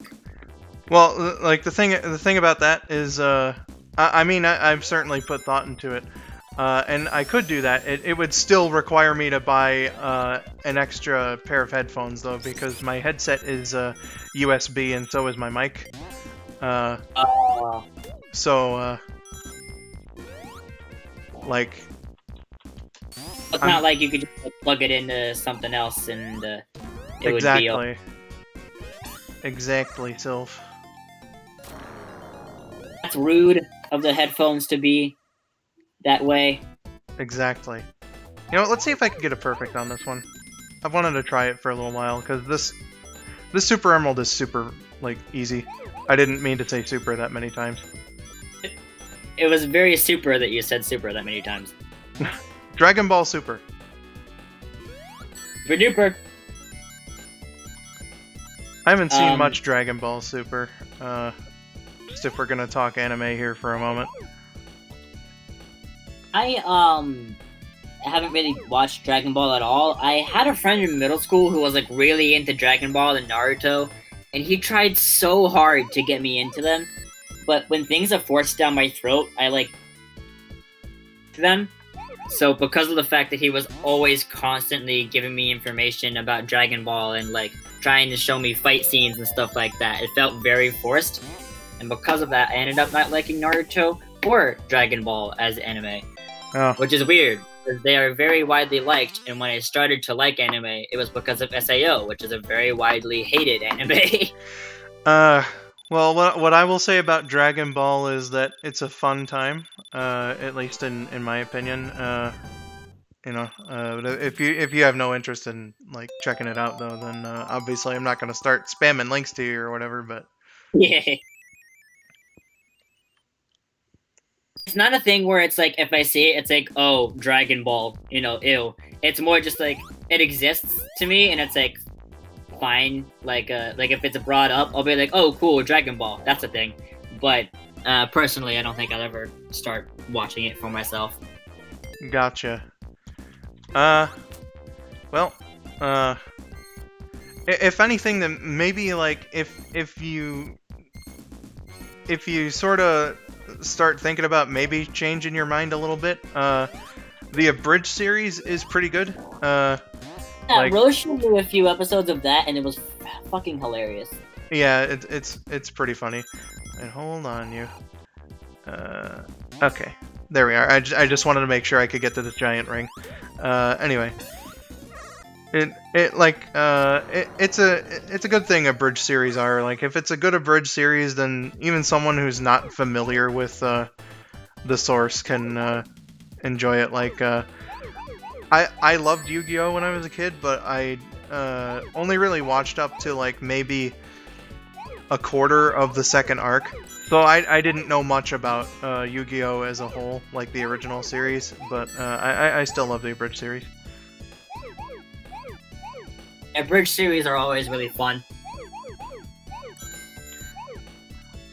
I remember when I first watched the SAO Abridged series, I absolutely fucking love that series. Like, I know a few lines from it. It was so fantastic. Gotcha. Yeah, I've been interested in doing an abridged parody of something. Not gonna reveal what it is. But I don't know. Maybe it can be one of those pet projects that gets out there somewhere along the lines. But I'm already like drowning myself pretty much in stuff to work on. So yeah. It's like the artist's curse, where you start something and then you don't feel it anymore, so you stop, and then you start something else and then you don't feel it anymore, so you stop, and next thing you know, you have 15 works in progress.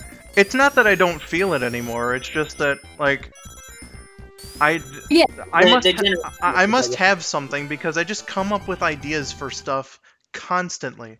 Like I don't think I have ever once experienced writer's block, and I've been writing videos and stuff for 11 and a half years. So that's awesome to actually be able to do that. Like I mean, I don't know. It's just weird, and like I don't know. There's just so much stuff that I want to do, like with Let's Playing and like skits and stuff. It like really does just get all clumped together, and well, I only have myself to blame for that. So you know, hopefully hopefully whatever about it like gets itself straight soon. Shadow's Confusion 2 in December 2018. Am I right? Yeah, that sort of thing also causes a bunch of delays. So yeah. Part of the reason why I'm doing this stream and why I uploaded the video I did today was to let people know that I'm alive. Well, as long as you want to execute and they come out how you want them to, it doesn't really matter when they happen, right? Well, even though it's a stupid idea for like a single person internet guy to set deadlines, like I don't know if I just like the challenge or something, but I always set deadlines for myself when I do things, and it always does come across to me anyway as disappointing if I can't honor those deadlines. Right. So yeah. Because it's like you gotta go for yourself and like a promise for other people that this is coming at this time, and then you're like, well, now I have to delay it because I'm not finished.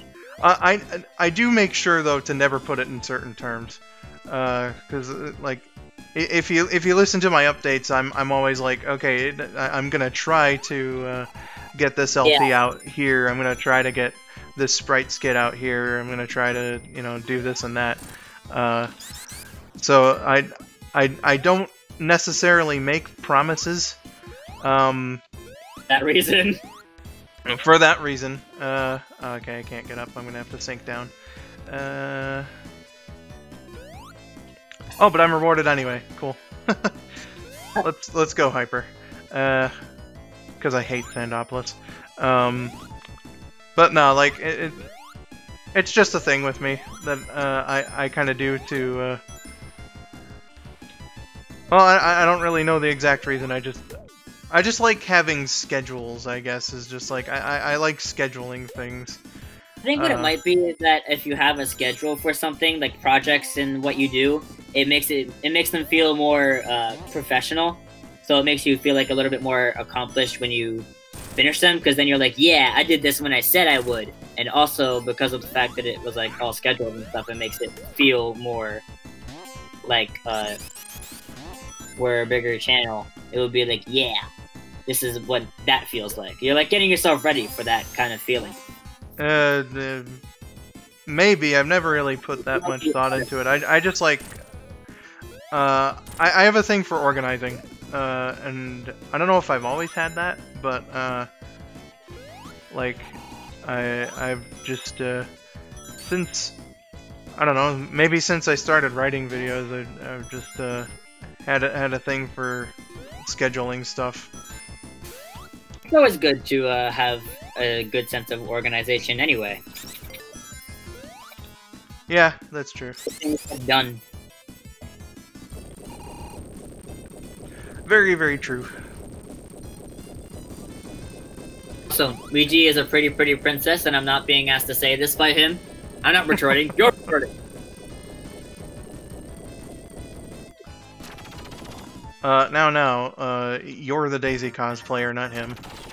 I am. Did you tell him that? Because he seems to believe that he should get the rights to wear the Daisy dress. Keep telling him, if you want to, you can, but at the same time, she has 2 different dresses. We could wear different versions at the same time. Smash version, and the other could be the mainstream Mario version. I thought you were talking about classic and modern for a moment. Oh, that too. Whatever combination we want to do. That is kind of interesting to think about just for a moment, is that both Mario and Sonic have like a classic modern difference. But with Mario, it's much more subtle. And classic Mario wasn't really mentioned that much. Well, like Nintendo doesn't really consider them separate characters like Sega, because the differences are like so minute between. Like it's Mario decided to try on some different clothes, basically. Literally. Yeah, it's not drastic like classic Sonic and modern Sonic. You know, it was just red overalls and a blue shirt before, and now it's blue overalls and a red shirt. So, not much changed. I think the character in the Mario series who probably had the most drastic change, classic to modern wise, easy because of the fact that, you know, not only does she now have short hair rather than long hair like she used to, her crown isn't pink anymore. She got a different dress. Her high heels aren't pink anymore. Her skin is a little bit less tan. Her flower jewels used to be a little bit more aquamarine rather than blue. Oh, they're more aquamarine now, and then they were more like green before, or something like that, or like yellow on the crown. I think it was. I don't remember her hair being like particularly long. Her hair was always shorter than Peach's. That much. It was always shorter than Peach's, but her classic version had like a longer hairstyle in general. So like, I think it was like maybe down a little bit past her shoulders, maybe? I don't know, or like maybe like stopping. It was definitely longer though, because now her hair is like a little bit below her ears. Yeah.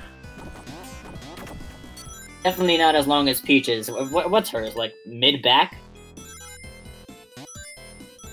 No, it's... I think it's down to like her thighs. Why did I not latch on there? That was weird. Yes.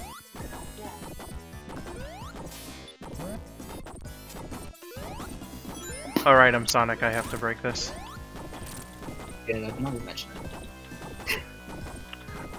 Catch Knuckles Day tomorrow, where this section of Sandopolis Zone won't be nearly as slow. Hold on a second, I gotta move my equipment, which includes my drawing stuff. I thought you were gonna say that includes your brother.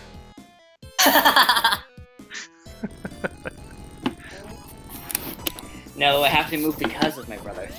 I was in my room, well, our room, we share one, and he's going to bed now, so I can't necessarily be in there anymore, because now the lights are off, and I can't draw when the lights are off, because that means I can't see. You see, my parents were really nice one Christmas and got me one of those premium gaming brothers.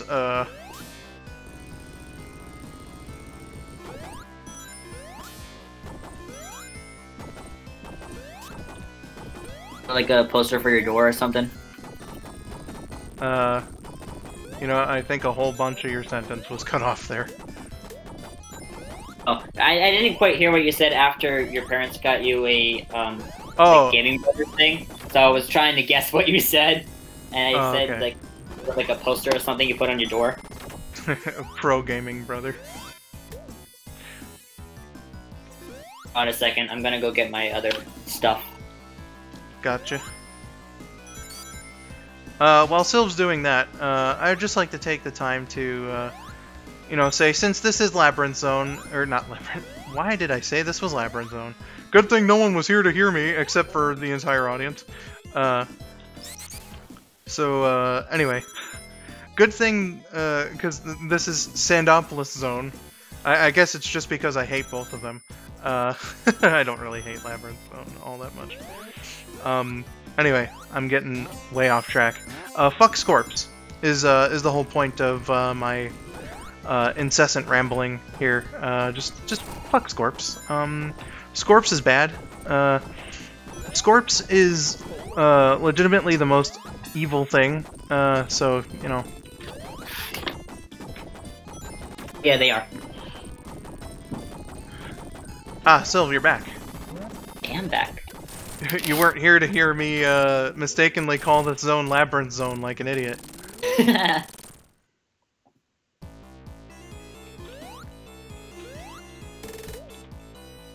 feel comfortable having my drawing paper on the kitchen table. Stains and stuff on it. I was making a point about saying fuck Scorps because Scorps is awful. Why would you want to fuck something that's awful? Not in the literal way, Silv.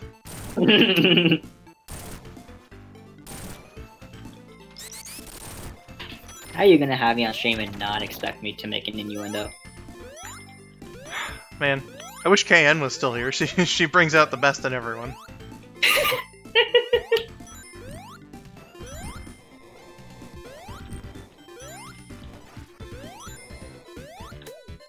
Where did those marks get there? Oh man, God I've damn it, had how that far does reaction that- to a few things before. Apparently there's a few green marks in the eye whites. Boo! Was the ink still wet when you were shuffling the paper around? Probably, I don't... I don't exactly know what happened there.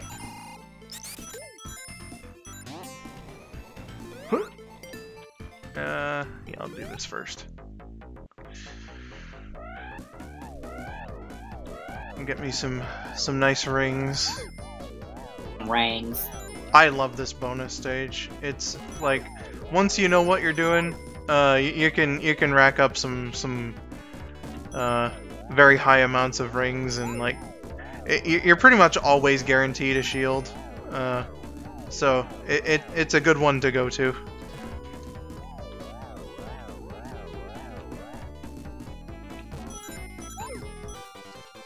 And sometimes you can get one-ups like that. Ooh. 2 one-ups even.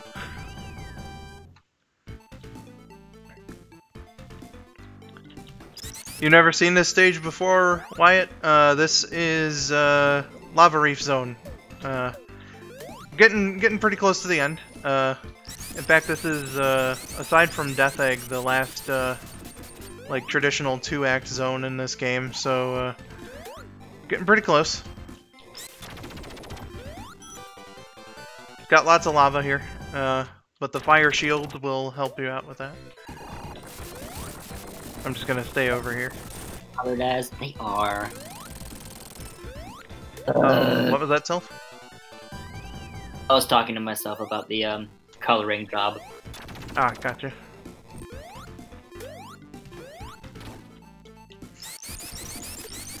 Because I don't have my normal 80 markers, I have to do multiple layers with dark markers to get an even darker color. Well, son of a bitch. Yeah, I think I had to do 3 layers with his hair Ah, to get the shading right. also, just for reference, this is the last stage, or the last zone in the game where you can get special rings for like collecting Chaos or Super Emeralds. So Things we don't have. there's a thing for you.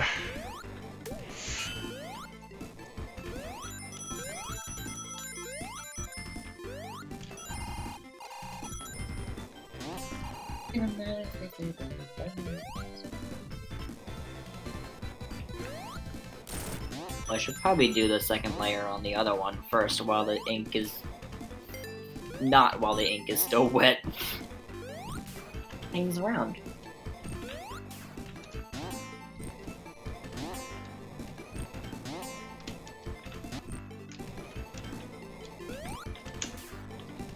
Okay, I obviously cannot get that special ring, so I'm gonna move on.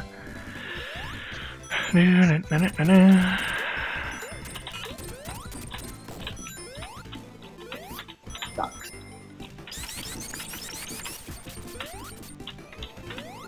Put a napkin under my paper because I don't want it to be on the kitchen Well, table where that's- there are a bunch of beans and stuff.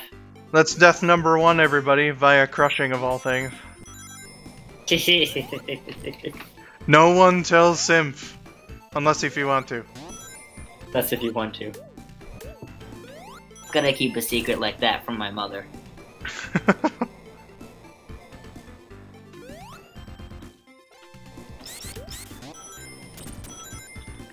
Don't worry, I can get that extra life back though. I was just being a little too reckless. Like I was saying, I put a napkin under my paper because I don't want it to be on the kitchen table with a bunch of stains on it because I don't want the paper to get stained. Right. But because it's on a napkin, it makes it way easier for the marker to possibly rip through the paper if you do too many layers of ink. Because it's a softer thing that you're drawing on. Right. For you to be doing as many layers. Gotcha. Just remember that after I do the base colors, I have to do shading. Alright everyone, we're getting close to the end of Act 1, and after this, I am going to take a bit of a break. So, actually, Silv, would you be able to handle the chat while I'm away? Of course. Okay, thank you very much. Problem.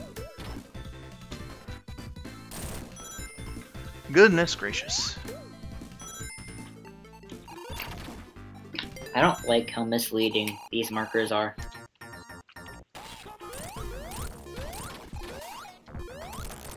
The cap is one color, and then the ink is something completely different.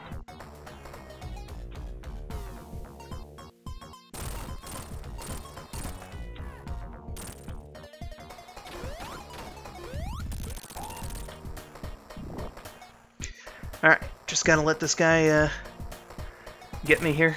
Boom! There we are. So, beat the mini-boss. Silv, please entertain the chat while I'm gone. Answer questions and whatnot. Alrighty. I will try to be back as soon as possible. I'm sorry. Okie dokie. Take your time, bro. I'll be paying attention.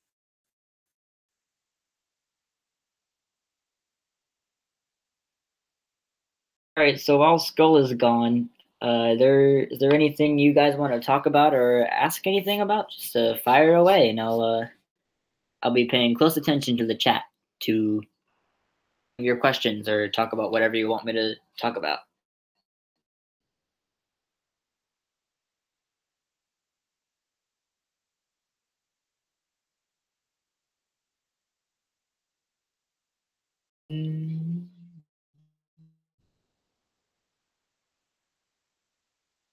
Ooh, Tara Strong. Too bad Skull just left. If he saw that you mentioned her name. The favorite voice actress.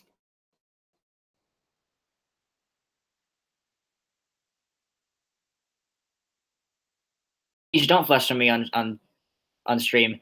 But Color King, I think my favorite Wisp form?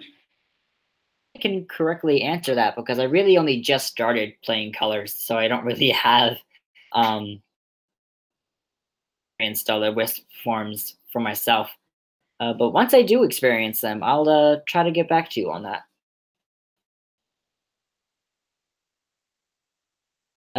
Katie, I've been pretty well, thank you. How about you?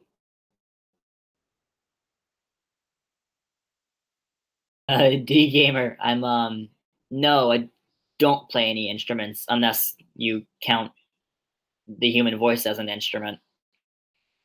I think I've had a little bit of interest of trying to play a few songs on the guitar or the piano. I have the actual motivation to stick with it that much.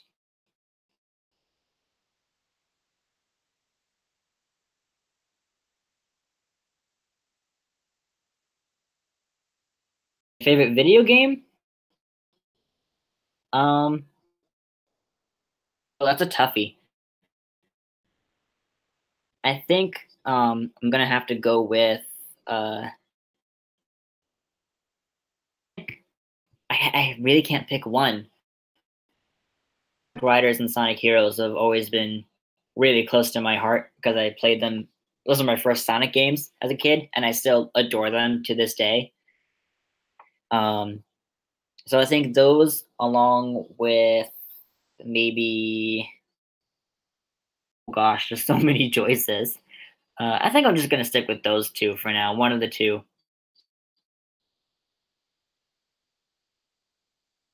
Luigi, mayonnaise is not an instrument.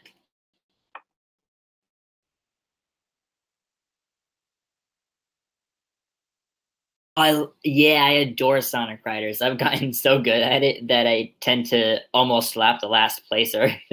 I found out a flying shortcut that you can do in Splash Canyon, the canyon, where you can the one that you go over after the waterfall and you take the flying shortcut that goes over the canyon. If you go to the very left side of the second ring in that shortcut and then you turn left whole bunch of the stage, and it saves you a lot of time.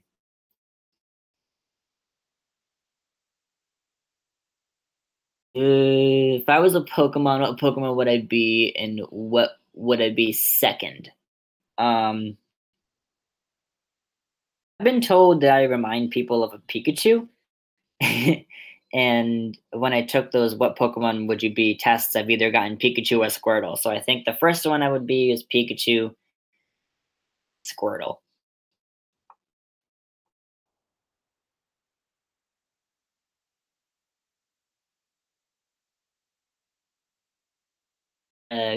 Kelsey, if you have it, you should definitely go back to playing it. It takes a little while to get used to the controls, but once you do, it's a really fun game.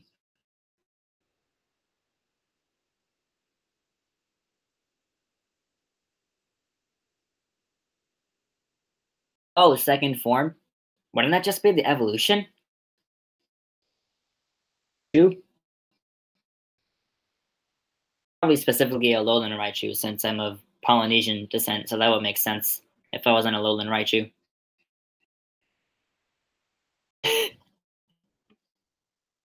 Do you know I can't flirt unless it's in the moment? It's gotta be things that work.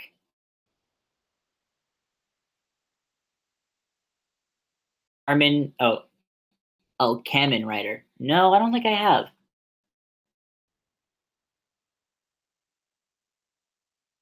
Yeah, Lowland Raichu is really fun. I used him in both of my playthroughs of Moon, and it was so fun using him throughout the game. A cutie. I originally thought that it was part fairy, but no, it's actually part psychic.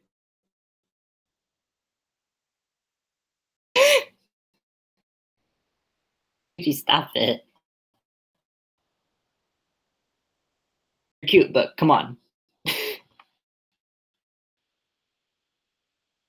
think I have an Alolan Raichu on my Ultra Sun team. I'm not sure. Gone back to Ultra Sun in a while, so I'm not exactly. I don't really remember who exactly is on my team. You wanted me to flirt with the chat, and you're part of the chat, so.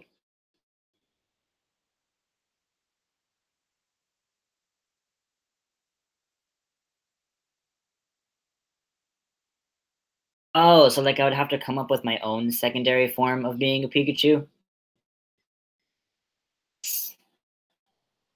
I don't know if I'd be able to. I don't really have the creativity to come up with something like that.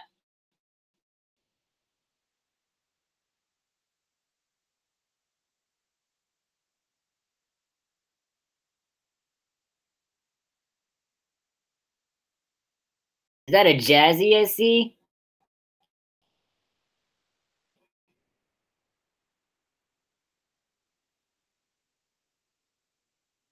Oh yeah, surfing a little Pikachu. Yeah, definitely. I didn't expect to see you here. If you does see Skull, he's taking a break for a little bit, so I'm just trying to entertain everyone while he's gone. He said it wouldn't be too long though. Wanted to say hi to Skull. If you can stay that long, then he should be back shortly. But if you can't, I'll make sure to let him know that you were here and that you said hi.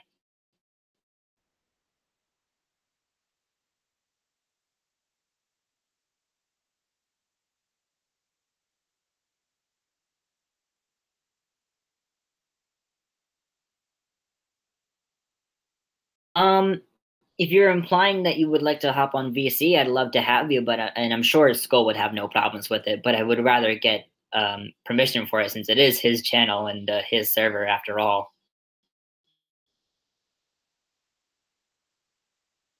The Nintendo Direct, I think what I liked the most about it, I was really excited about finally getting a release date for Yoshi's Crafted World. I've been looking forward to that for a while. I was the most excited about is seeing Chapter 1 of Deltarune being on the Switch, as well as it being free, because I didn't get a chance to play Deltarune since I don't have a PC to play stuff with. So I was really happy to be able to see if I'll be able to play Chapter 1 of Deltarune.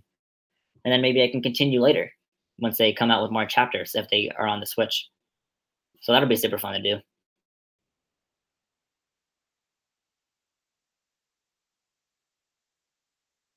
Disney Tsum Tsum looks pretty hot.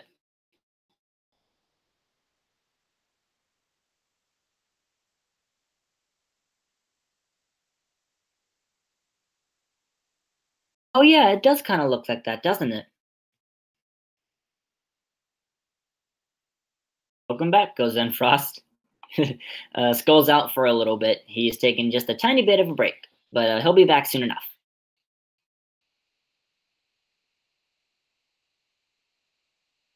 Yes, G Gamer 50.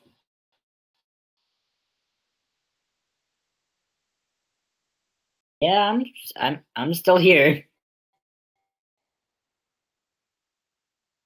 Well, let me see if I can get the stream up on my phone to communicate with you guys in chat. Maybe the true.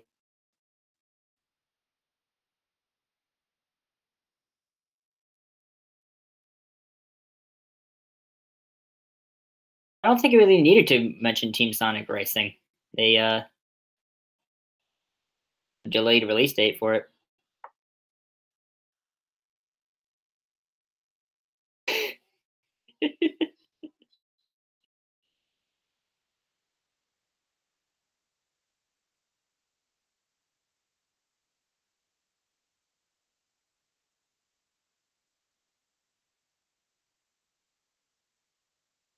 See if I can get a stream link. Hold on a second. Let me just this to someone to have it for myself.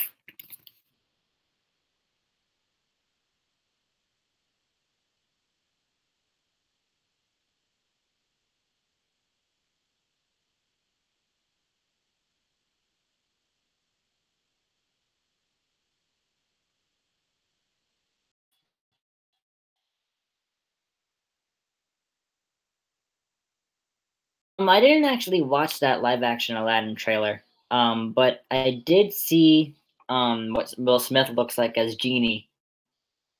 I wouldn't say it's horrifying. It's not the most it's not like it really bothers me that much. I mean, I'm not really that much of a fan of the whole making old Disney movies live action thing, because it's not really to be watching. But I don't really have anything against it personally.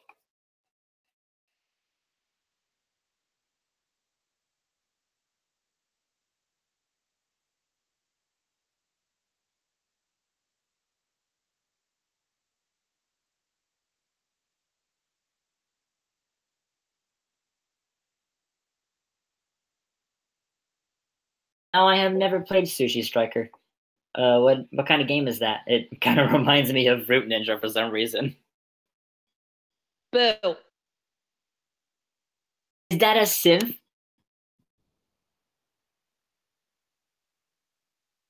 Come on. Silv. Civ. Hi. Y'all. I just popped in to say hi. Oh, cute. Did you see that Skull's taking a little bit of a break right now, or no? Yeah, I saw something about it. Yeah, I've been doing my best to keep the chat busy and occupied while he is away for a little bit. Cool. You just stopping in for a second, or are you staying till around the end, because we are getting close to there? I can only stay for a second. Tell Tori I said hi if you can. I will. Hello, chat. I love you all. I must away now. Oh, bye-bye. I'll make sure skull902 are here. Yes, tell Skull I said hi. I will talk to you guys later. Later in the server, probably. Bye. Bye.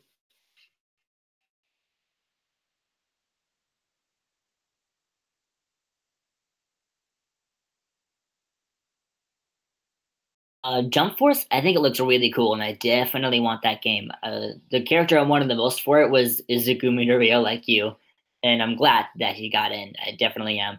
I don't really think I had anyone else that I was really rooting for to get in there, except for maybe Suna Sawada from Hitman Reborn. But that's really only because Rose Dragon got me into that character, and I really wanted to see him in there so that we could both play as our favorite characters. Is that a ho-ho? I wish I could be louder right now because I would totally scream that at the top of my lungs if I could to make it funnier.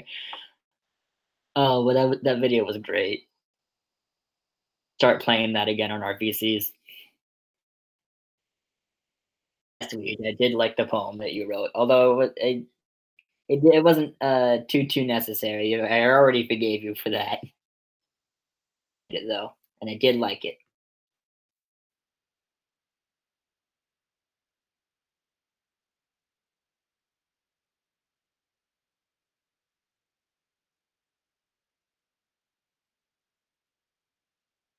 You mean for Jump Force?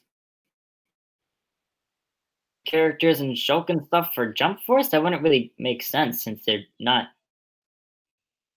in Jump MA. It wouldn't make sense.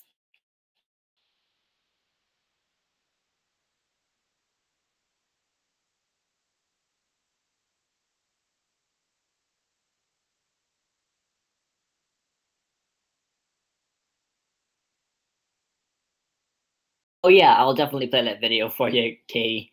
It's really funny, especially in the different heads people cracking up whenever I do it.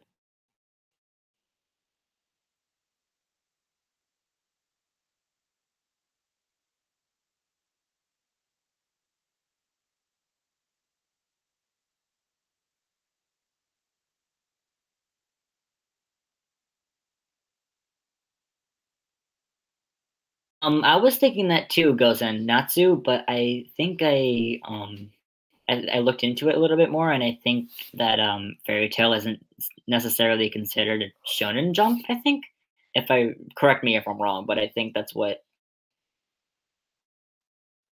So, oh, Smash Bros. DLC fighters. That makes way more sense.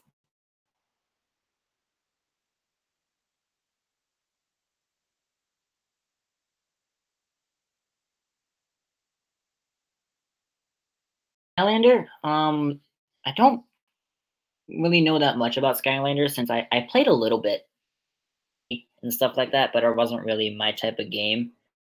So I know that the elements exist, the different classes and like what each element is best at and stuff like that, you know?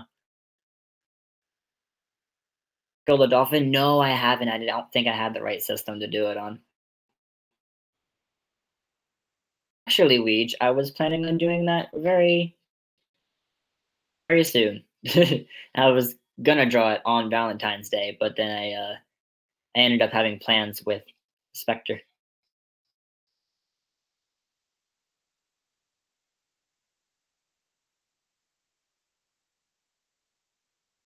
No, I haven't checked my pings in the Yak Army because I'm trying to stay attentive to the chat here.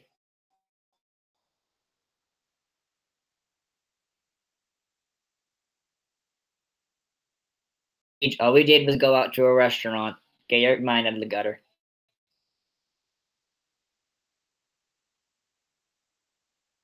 If I must say, no, but really, there's a little restaurant nearby that's pretty popular for. It's very local, so I don't think any of you would know what it is. Right by his house and the school that we go to. So, since we had a half day on Valentine's Day, to go out for lunch there right after school had let out, since we didn't have lunch at school because it was a half day. Friends there as well. We kind of just ate there and then headed back to his house and hung out for a little bit until I headed over to my grandparents. He did not kiss. He is taken.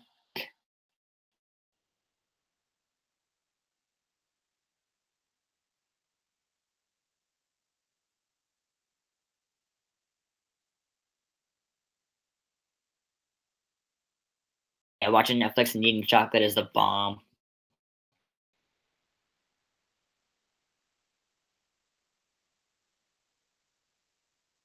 Fast food that I like, I lean more towards Wendy's and FC and Five Guys, Megumi. Oh my God, there's more. Burger King. Really, the only fast food that I don't like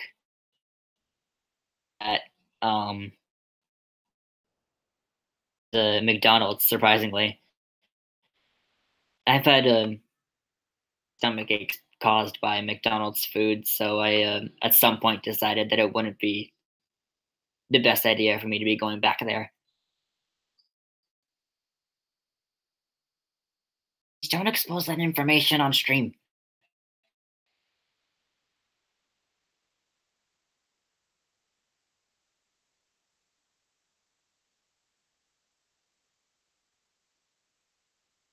Oh, that's a smart idea. I don't think I've seen the most recent episode that she put out. Luigi's Mansion 3? I personally haven't been too interested in the Luigi's Mansion series itself. There are cool games, definitely, but I haven't really played them, so I wouldn't be as hype as if I actually played them.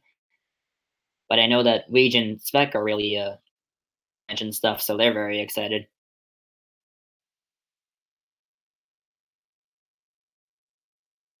Yeah, but Luigi, now it's on YouTube. That's different.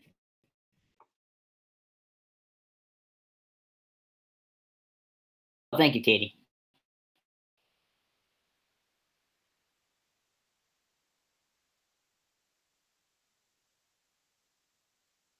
Gamer, can you not joke about that kind of stuff, please?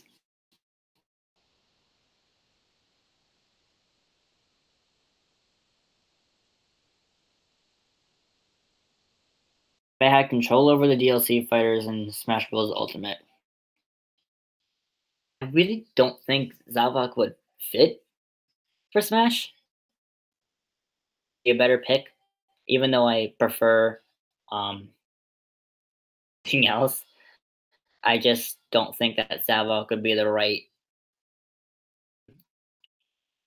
rotation if we were going to go that route.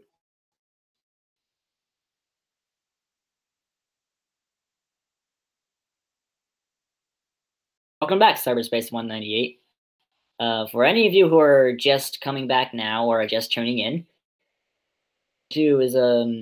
Skull himself is taking just a little bit of a break, so I'm just gonna be here trying to entertain you guys while he's gone. Yeah, please don't. Thank you.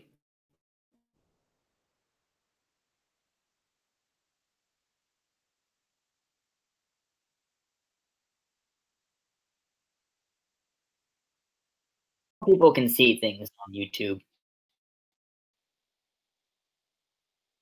Oh, hi, Lyra. Having a little bit of trouble sleeping?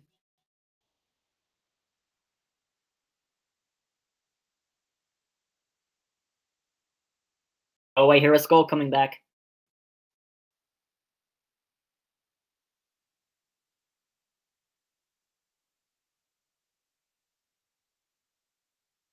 Well, that's good, Sync. I hope you didn't have too bad of a Valentine's Day.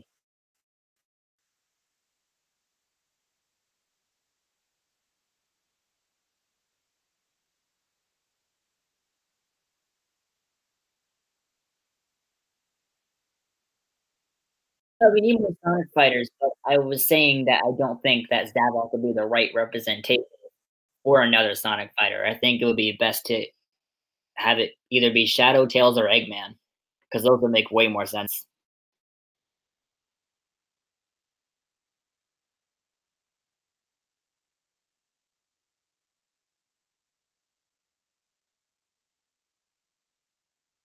think Jake is very cute, but I think my favorite gay ship. Forgive me for this, but I'm gonna have to Oh my god, I am so sorry, everyone. Oh. a little bit longer than you expected. Yeah, it was longer than I expected. I'm surprised that the same amount of people seem to be here. So you did a good job, apparently. So Yeah. good job. Thank So I'm gonna get right back into this now. Thank you, KN. What are you doing? Not doing your exciting papers and office work and whatnot. I can.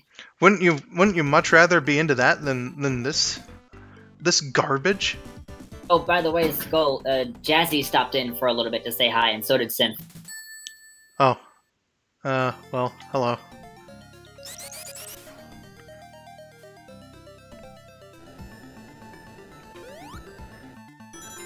You got like exciting super homework to do, like, or not homework. Jesus, you're not in school anymore. But yeah, super exciting office stuff. That sounded so neat and cool, and oh man, I'm just so jealous. Most jealous.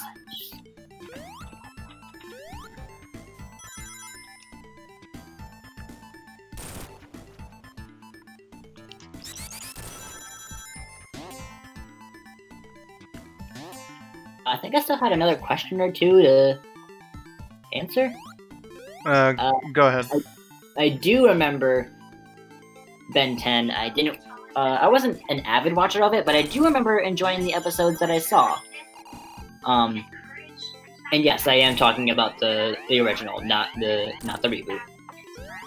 And I don't know if you guys heard me or not before Skull came in, but going back to the favorite gay ship question, it would definitely have to be Ness and Lucas from the Mother series.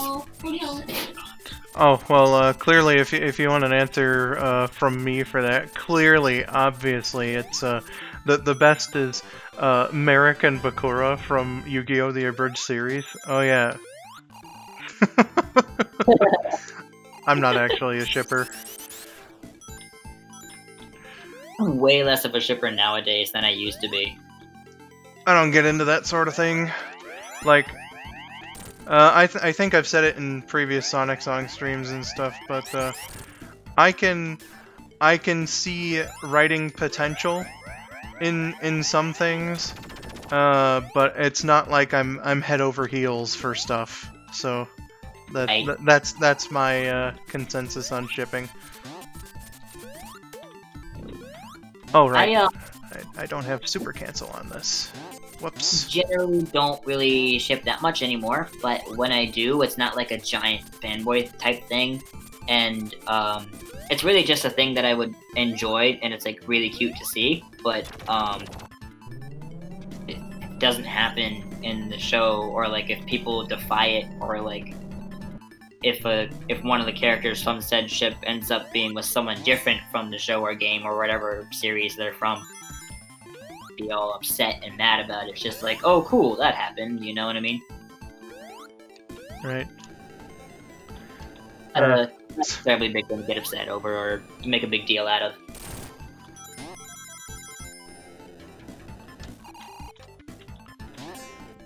Straight couples? I do ship straight couples, but I generally tend to lean more towards gay now. Peach, for example, that's a straight couple I ship. I'm a little bit of a multi-shipper, so while I do Sonic X Tails or Sonic X Shadow or whatever, Amy is a fun couple to see, and I do ship that as well, so if that does end up happening, that'll be cool to see, but it's not like it'll be type thing, you know? Did you say Sonic and Tails? When Tails is aged up. Okay. I was gonna say that sounds a little fucking weird. Yeah, when not at their current ages, but when Tails is aged up to be about maybe like say 13 or like 14, That way they're closer in age. So if you're saying in some like AU, if he were closer to Sonic, then. Yeah, so like when I see fics and drawings and stuff where they're portrayed as around the same age, that's when I ship them, because then it's less weird. Like Tails staying the same age that he is right now. Yeah, that's not the best thing. Not kosher. No.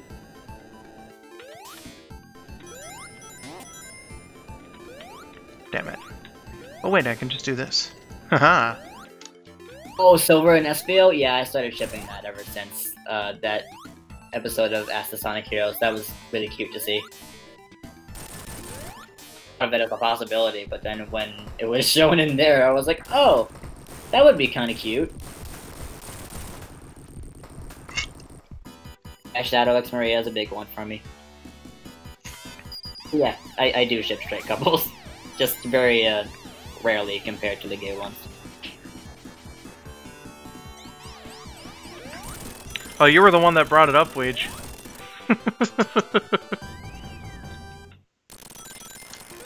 And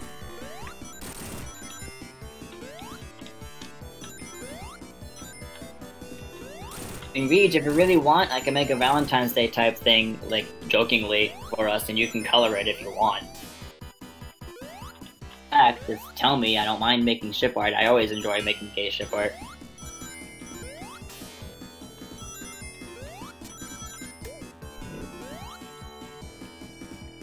Even Universe. You know, when I first read that, when you said Ruby and Sapphire, of, the characters... Were you thinking Pokemon? In the manga, their names are the game names, so, like, the boy is Ruby and the girl is Sapphire, and I was like, that's a straight couple, but then she said Steven Universe, and I'm like, oh yeah, that's definitely gay.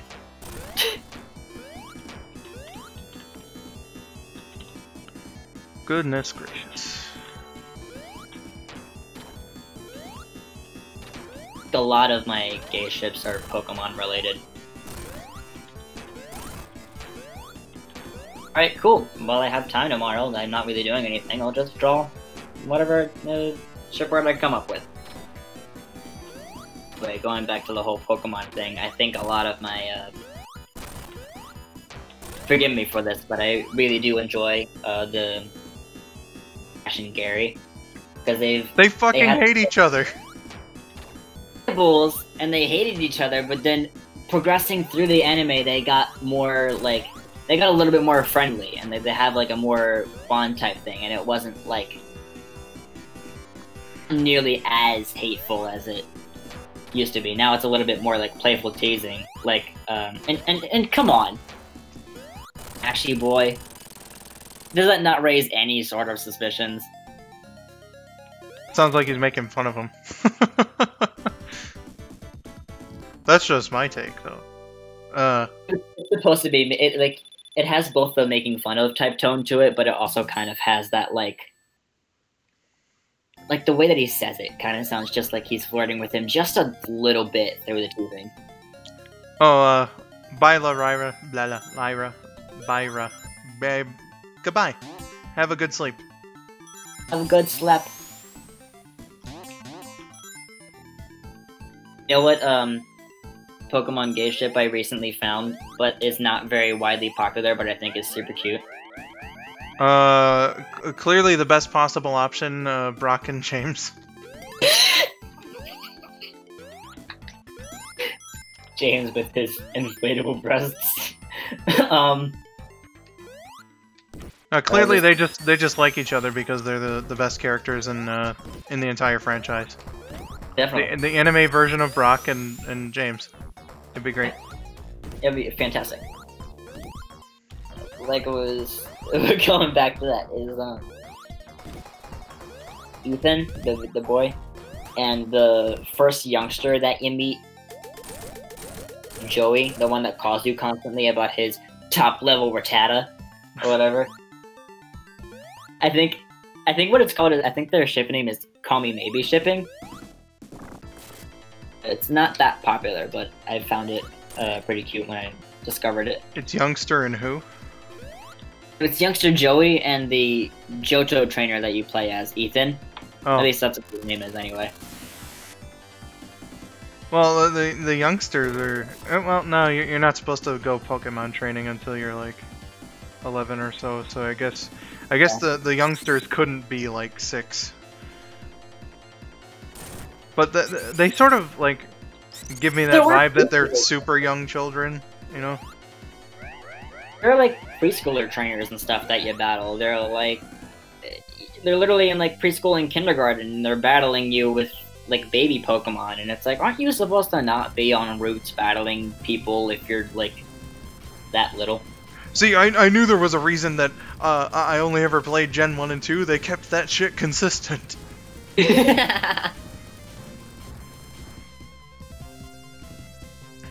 Alright, in most Pokemon games, your character is 10 years old, but I think in Moon and Ultra Sun and Moon, your character is actually 11, not 10. We'd have to do some checking on that. I'm fairly certain it was just 11 was the standard. I thought 10 was the standard. I think Ash starts off the anime at 10. That might have you thrown off. He does, but I could have sworn it said somewhere in the game. Hold on. Let me... Hey, pipe, please? Jeez. Ash, darling, did you pack clean underwears?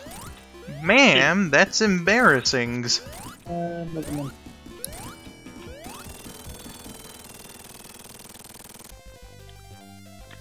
Well, hope you enjoyed the festivities tonight. I'm sorry I was gone for so fucking long, but hope to see you around, Wyatt.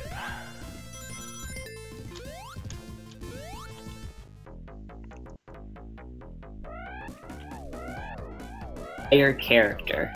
Bulbapedia.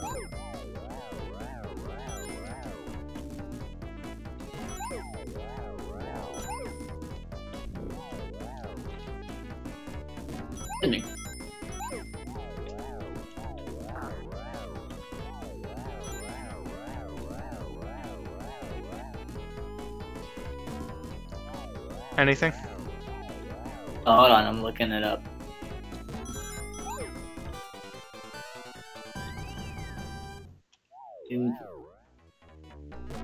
Gameplay, but I don't think. Oh wait, hold on, trivia. Let's try that.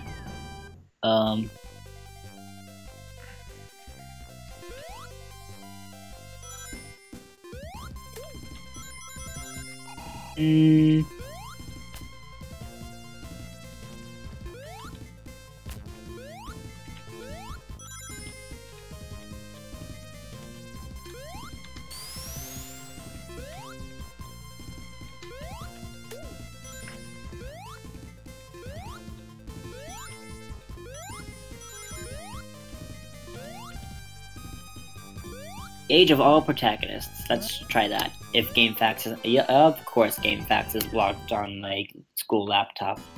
Prohibited games content. Let me look it up on my phone.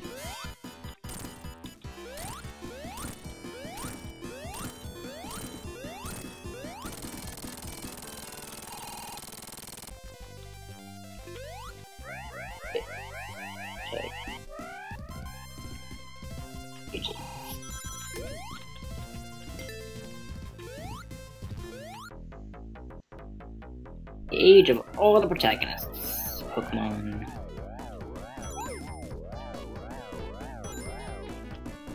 Huh.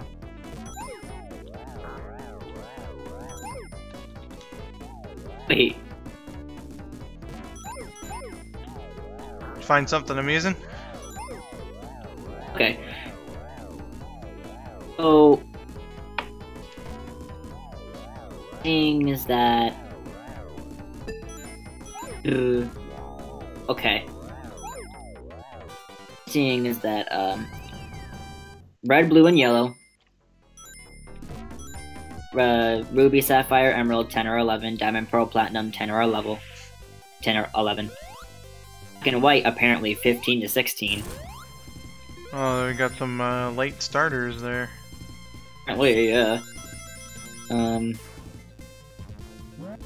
of the game, Charon Act states that he's known Bianca for 10 years. Yeah, we don't technically know someone when we're like a month old.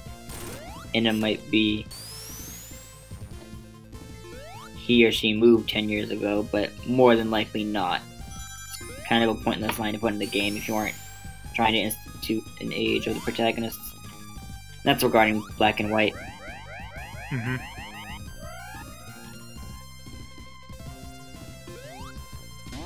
Age of the player character. Let's see what other sources say. I'm gonna try getting the information from multiple, We tried, like, looking up manual scans. Ah, that would be good,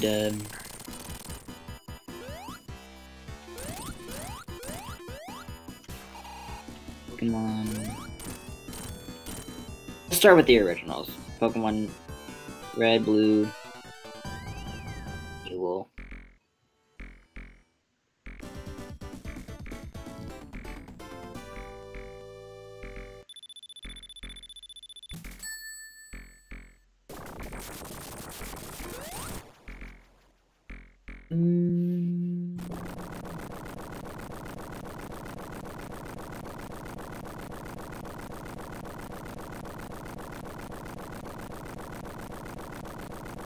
This animation is great.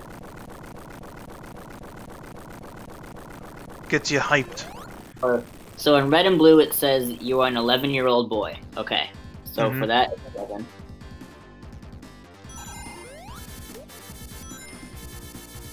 And then your mom has in the line a line in the game in Red and Blue where it's like okay, now it's your time to start training with Pokemon.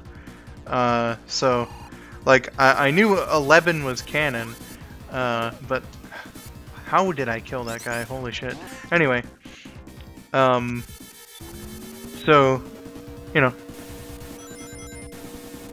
Yeah. And anything about Gen 2? Are you still looking? I'm still looking for Gen 2.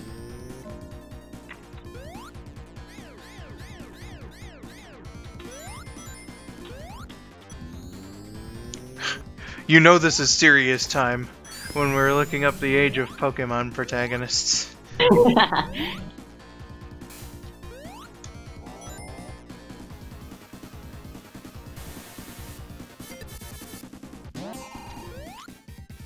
So nothing in the manual for Silver and Gold about the ages characters. Why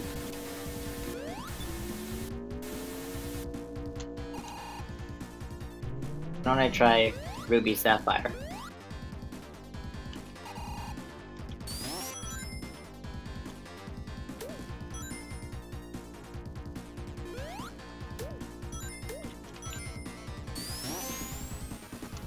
Oh no, that's Omega and Alpha. I want the original ones.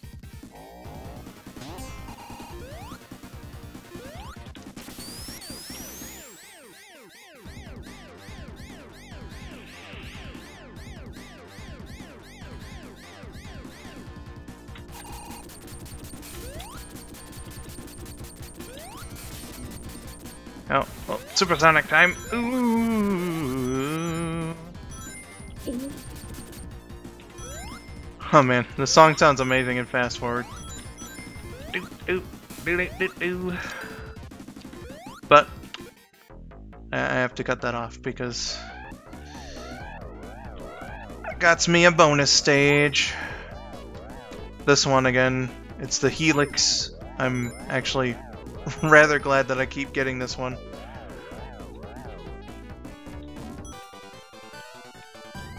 Pokemon Diamond and Pearl, your adventure begins.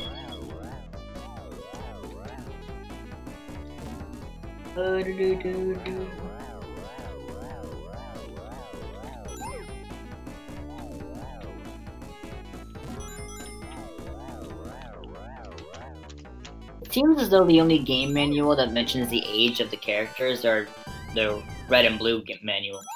Huh. Interesting.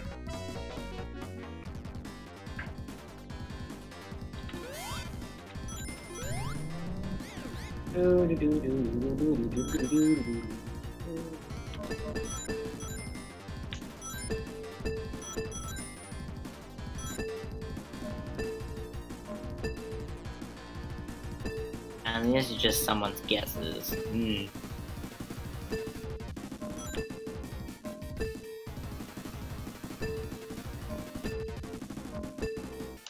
I do remember in Sun and Moon, in the game, they say that you're 11. So I know that you're 11 in Sun and Moon. Speaking of Sun and Moon, I forget where I first like saw it, found out, but I absolutely love that the theme song for like the anime is a fucking rap song. That's great. It's like, yo, it's motherfucking Pokemon. We're gonna have friends up in this bitch.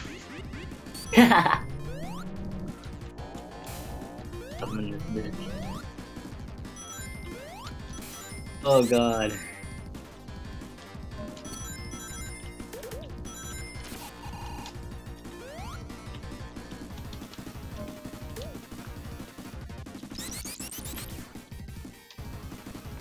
Oh, I thought there was an electric shield there. Never mind. Whatever. It's time to deal with you. It's a bit of soundtrack dissonance with this fucking killer of a boss and having the Sonic 3 mini-boss theme.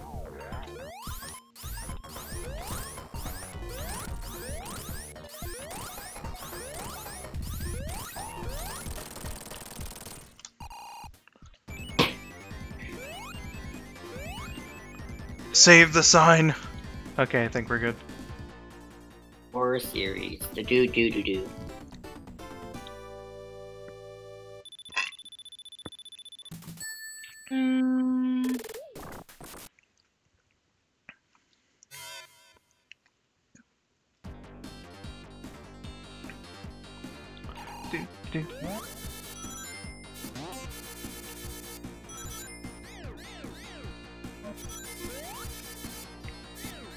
Well, I can't find anything about the actual ages of any of the other protagonists, but I did finally find out what the names of the Sun and Moon characters are. Well, Ultra Sun and Moon characters are.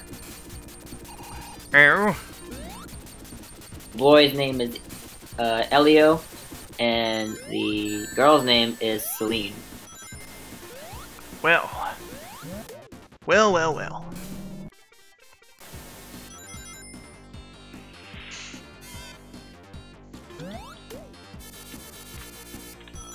Do you know any of the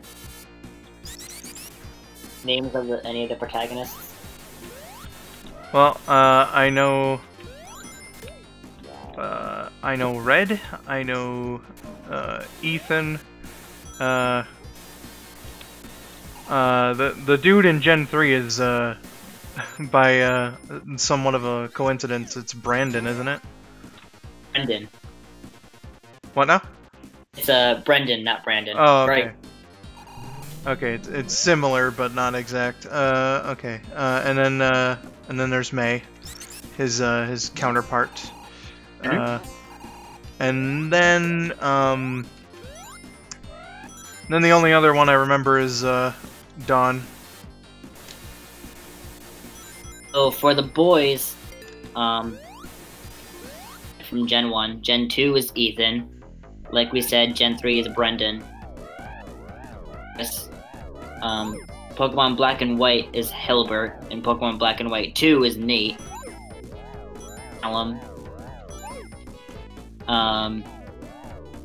For Sun and Moon, the boy is Sun and the girl is Moon. But for Ultra Sun and Moon, the boy is Elio. Pokemon Let's Go Pikachu, Let's Go Eevee, the boy's name is Chase. And then for the girls, was no female protagonist for the original Red, Green, Blues. They weren't really... They wanted to put her in, but they didn't have enough room. Yeah, they didn't have the programming for it. and it was eventually Leaf. That's what it was, and when they did the Gen 3 remake. That's what her name is. That's Leaf. Yep. And then Oh, Crystal, I forgot about her too. well, her name is Chris. Oh, right, Chris.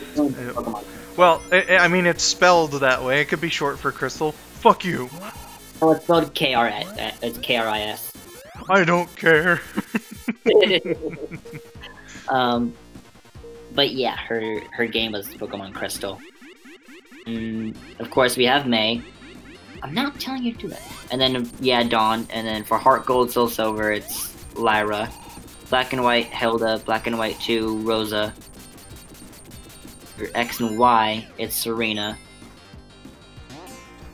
Like I said earlier in the stream, for Ultra Moon, it's Celine. And then the girl for Pokemon Let's Go Pikachu and Eevee is Elaine. Well,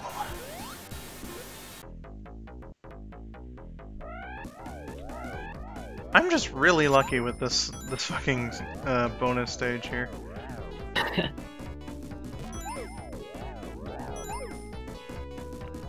Again, good for me though.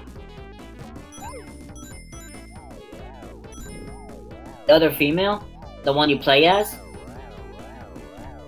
Serena. But if you're talking about the one with the pink outfit and the brown hair, oh wait, I just had her name on the tip of my tongue. Shauna. Her name is Shauna.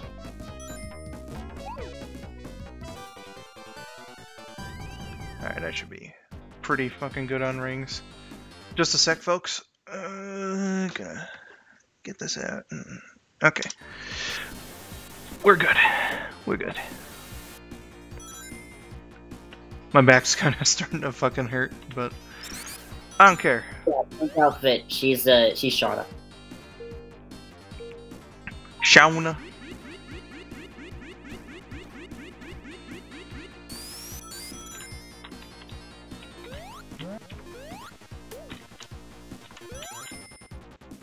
This is the stage where they got that idea from. Okay.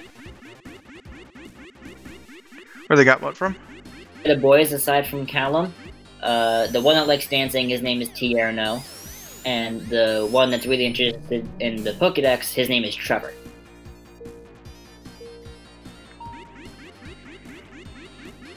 You know my Pokemon. Well, I certainly don't. Past Gen 2, and even then. I was trying to explain the type matchup chart to one of my friends the other day. Like, I brought up the chart on my computer, just looking through random pictures that I have on here.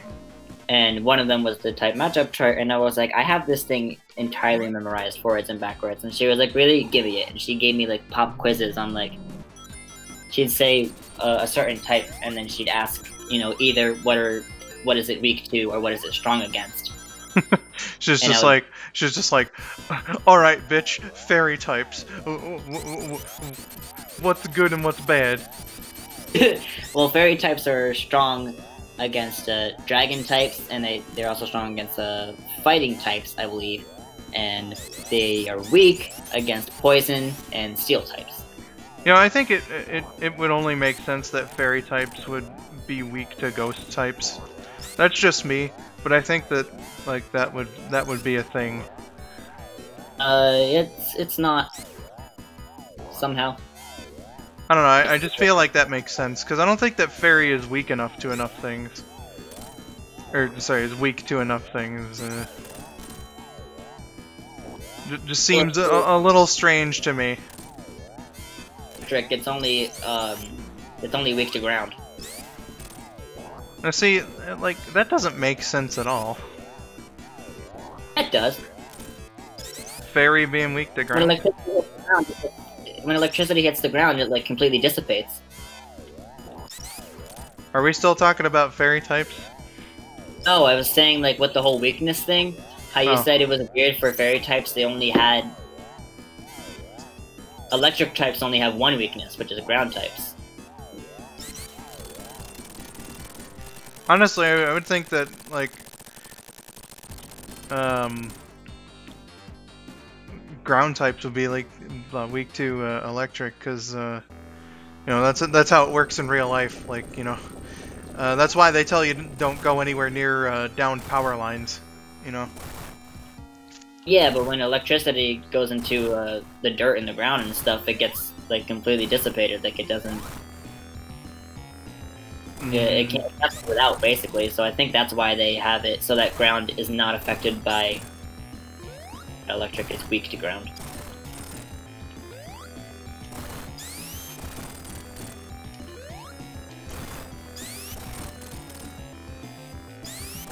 Leader number 1 in Black and White 2. That's your old buddy Sharon. He's the normal type gym leader. No, you haven't seen me play this before, Rabbit, because it's Sonic 3 complete, so there.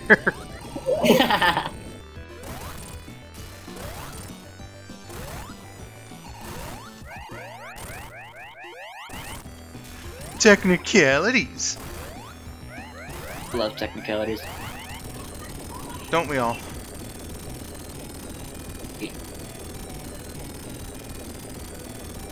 The thing I have left on this drawing is the shading, but I like don't want to.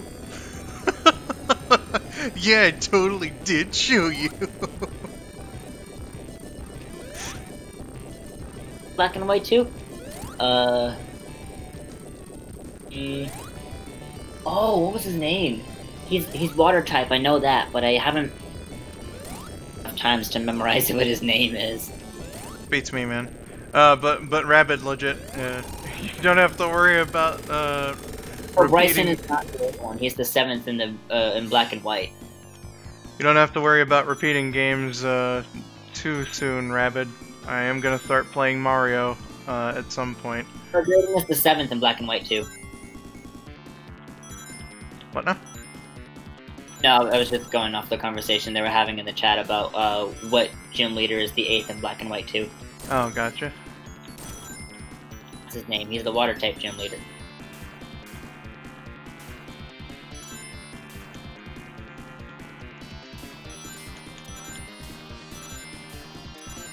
What else did I click? Freaking kidding me. Very low power mode. Thank you.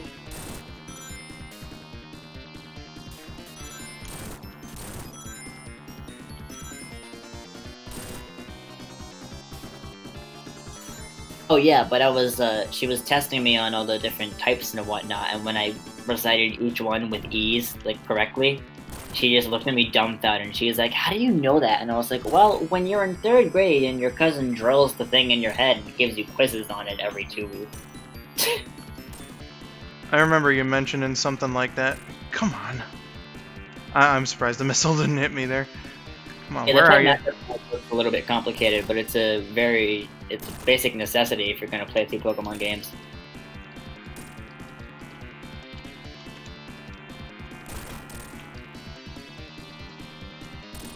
Come on. You can do it.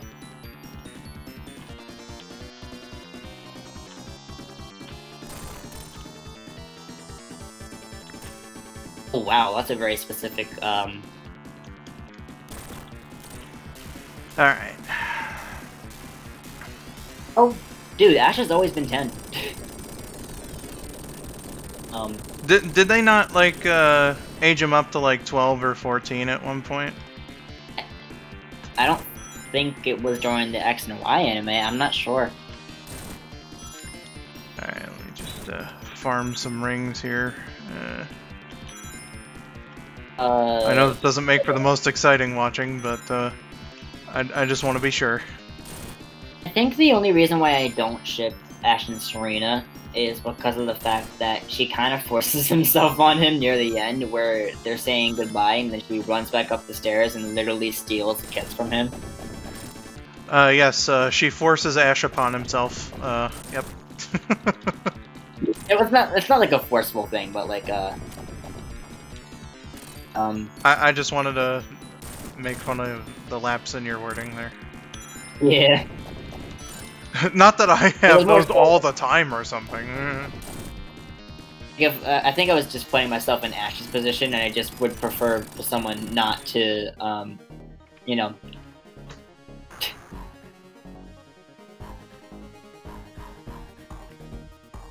Well, that's game beaten, everyone. Go on.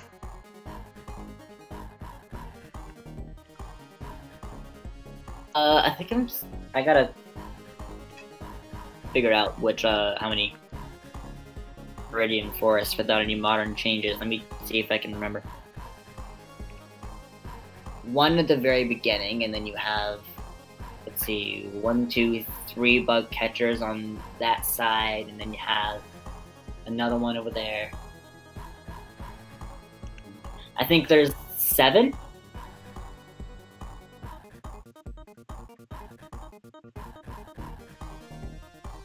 Answer is 7.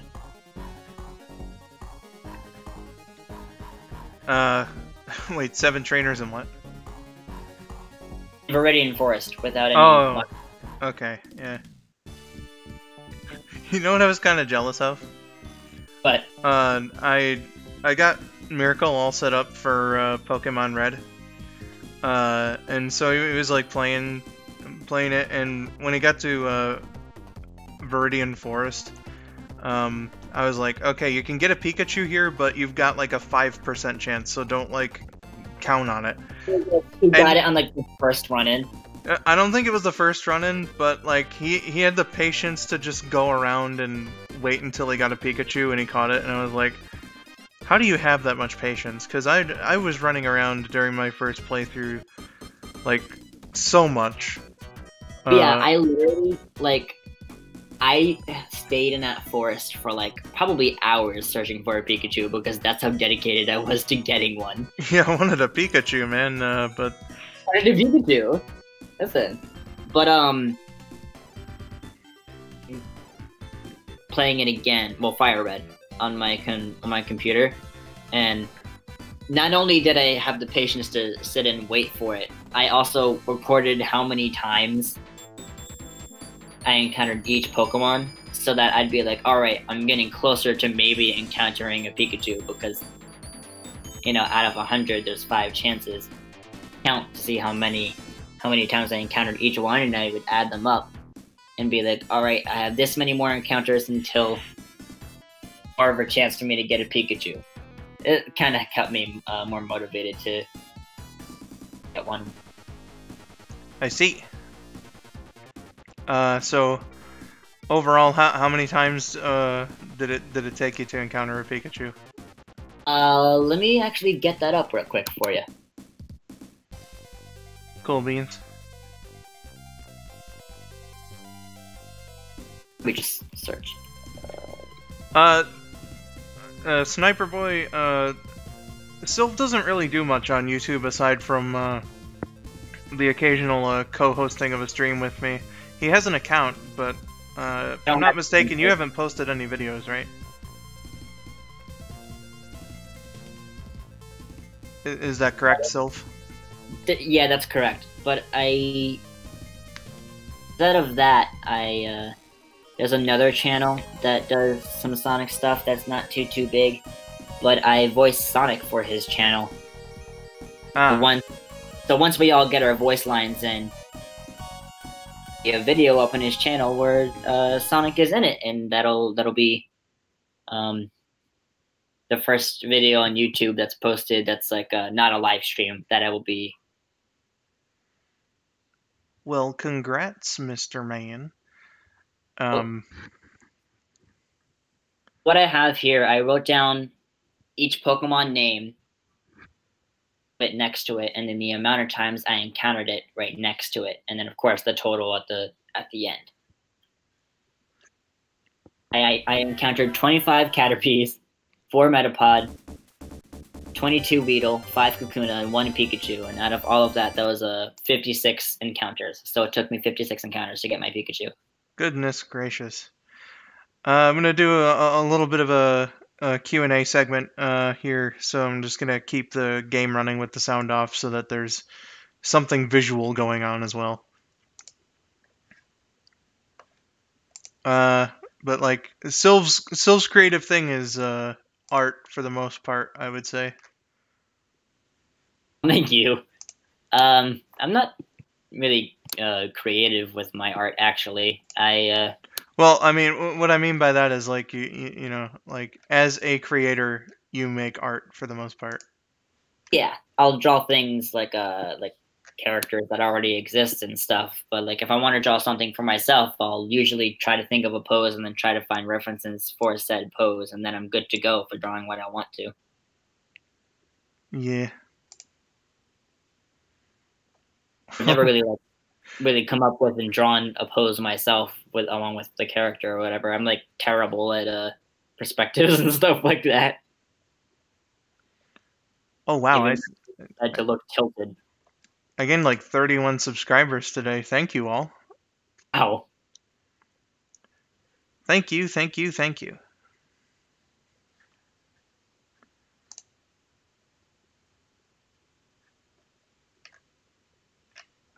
SMG4 videos, yeah, those are pretty funny. I like those.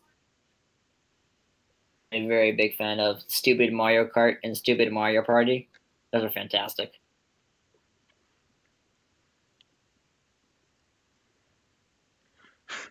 Well, Sniper Boy, to answer your question, I don't know. I just do what I do.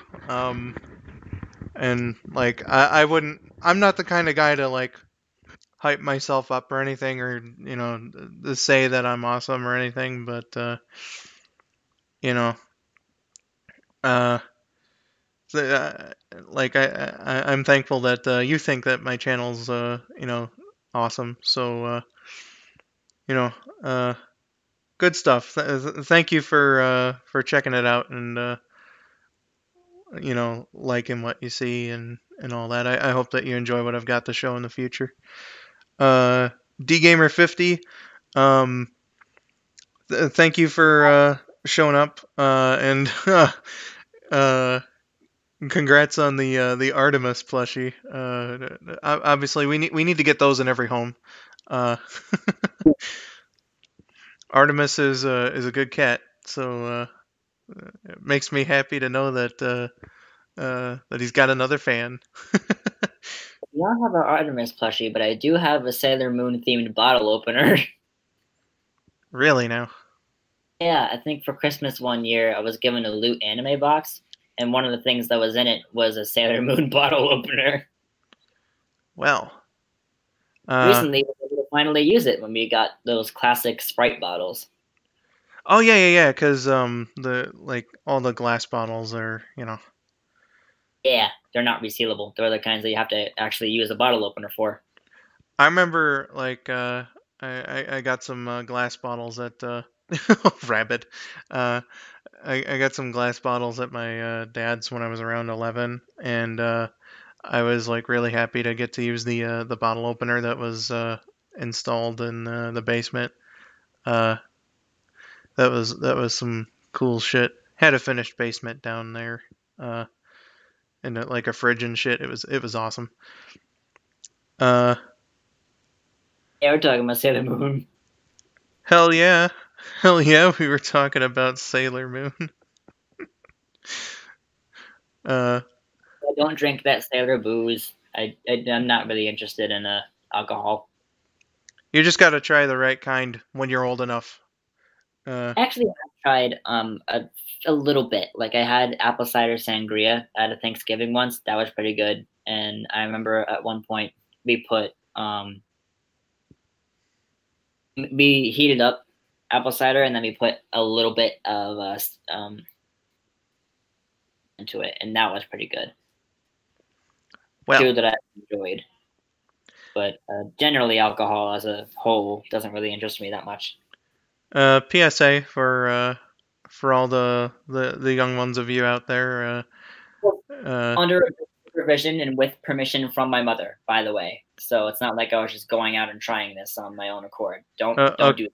Well, I'm not like saying that you went and broke the rules or anything. I just thought that this might be a good moment to say whatever the legal drinking age in your country is, you know, abide by that.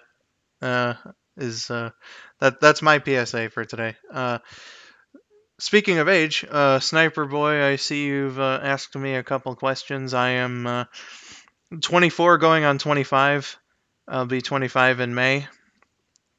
And I was a YouTube partner for 2.5 years, but when they introduced the new rules early last year, I didn't quite make the requirements, so I I got booted. I've been trying to work back towards it though, so you know. Getting there.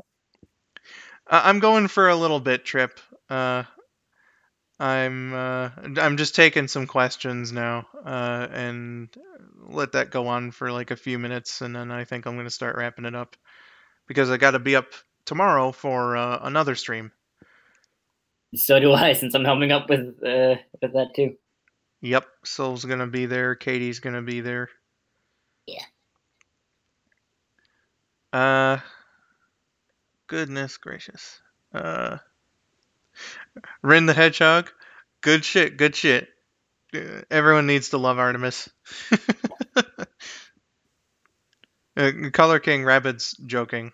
It's like an in joke with us, me and him and that hat guy, our other buddy.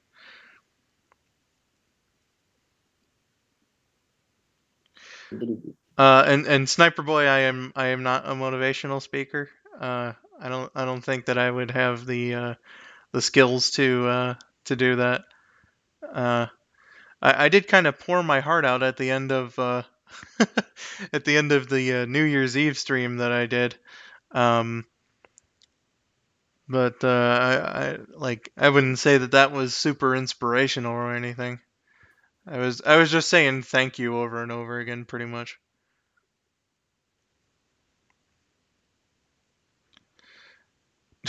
Uh, it was sunny out today, Trip. So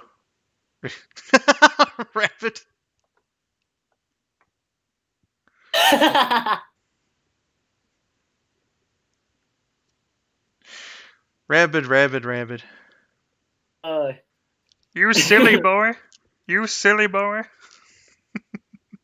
Reverend. Uh, yeah, I am planning on doing that. Fate. I meant to do Monopoly in Life earlier this month, but like because I've been like working on a bunch of videos as of late, I wasn't actually able to get something together with Josh and Rabbit about it. We have a bit of an idea. At least Josh and I did. I don't think that he talked with Rabbit about it, but like I don't know if it'll be next time or maybe the time after that. But he uh, he got Wheel of Fortune. Josh did for the PS2 on an emulator. So an idea that we had floating around was that whoever the champions were would go and play a game of Wheel of Fortune afterward.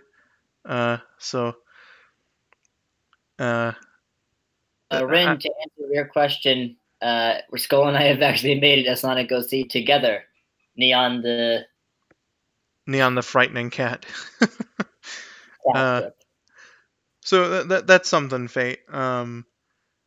I want to play 2 games this month of each one of the board games because we missed out last month. So yeah, people who annoy you. I know what that's a reference to.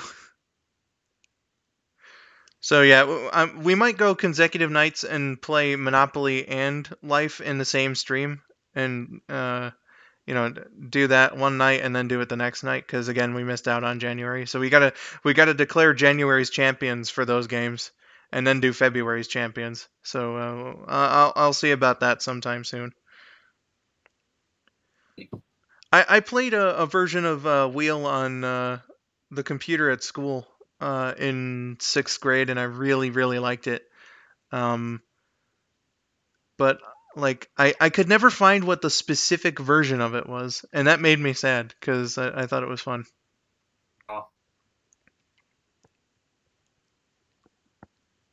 Speaking of computer versions of games, I remember kind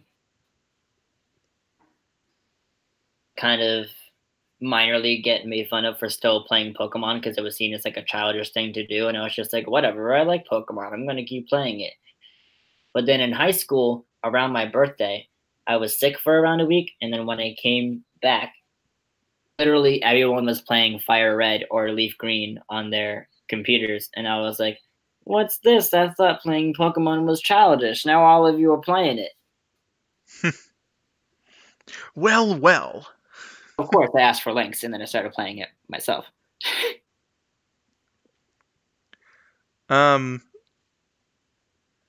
Trip, I know that like you're like a little frustrated about that. I know you've been requesting some voice chats, and I'm sorry, man. I haven't been in enough with like all of my buddies as of late, because of like videos and stuff. So I'm sorry. To answer your other question, uh, the new mic thing, like I can't use my headset to hear music at the same time that I'm using my new mic. So unfortunately, that cover of Lazy Days and other such songs that I want to record that's gonna be delayed too. Are you talking about like the built-in pinball game that was on like Windows XP and earlier versions, Rabid? Because I thought that game was actually like fun for like if you're bored, like that 3D pinball was a good one. Uh, Not something that I think I would play for like hours on end, mind you, but it was good for like half an hour. If you just wanted to waste like half an hour playing pinball, it was a fine game. I also liked Windows Solitaire. Good shit. Good shit. I've seen people play that before. Dude, Windows Solitaire, especially like the Windows 98 version or whatever, is some fantastic stuff. Uh, Sometimes I could just go on for like hours, actually, like playing games of solitaire. And I forced myself to learn Free Cell, and I had fun with that too. So you know, good stuff. Good stuff. Good, good. I never understood Spider Solitaire. Like I got a little bit of the game, um, but like I could never like immerse myself in it, I guess. Uh, Mario's fundamentals. Uh, that what so that the chat can see that cheating bastard Mario completely destroy me in all the games. Cheating bastard Mario. Dude, Mario's fundamentals, like it's like a few different games, like you play Go Fish with him, you play chess, and then like totally not Yahtzee, and like he's he's a god mode like difficulty. Like Mario will just kick your ass, Is and he like how Peach is in every other Mario game, where like she's for some reason always the one that gives you trouble in any Mario side game, despite being the damsel in distress in the main games. I I wouldn't know so much about that, but Mario's just like a total bastard in Mario's fundamentals. He'll kick your ass in checkers. He'll demolish you in Go Fish. He'll completely fuck you up in Yahtzee. It it's scary, man. It's scary. And yes, Sync. I have heard of uh, Jack Digikitai. I could be. In fact, I know I am pronouncing that completely wrong. But it was the second Super Sentai series. I like tokusatsu shows. Sonic Schoolhouse. Uh, Oh boy. I don't know about a stream, but maybe I could do like a let's look if I could get a version of that running, maybe. Can you go away?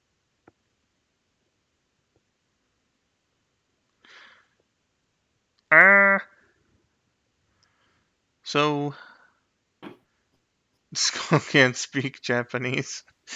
Well, I know Japan in this, but Fate, I totally get you on Silver's quills. They're annoying.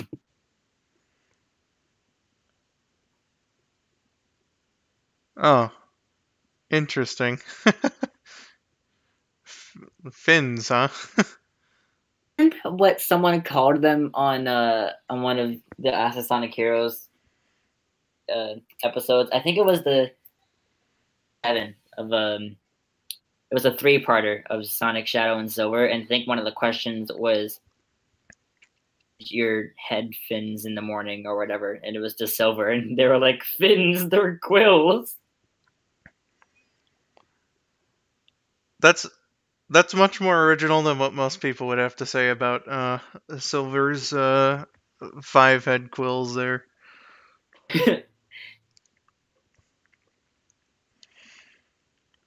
Well, I mean, I personally don't like Chris, but that doesn't mean that like your friend's bad for liking Chris.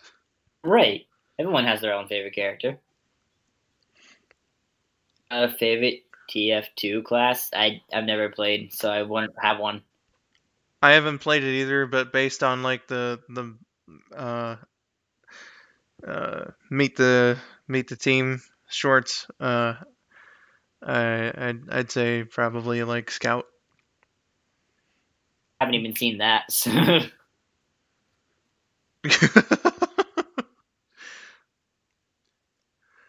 Rabbit coming up with all the best material on this stream, and he ain't even in the voice chat.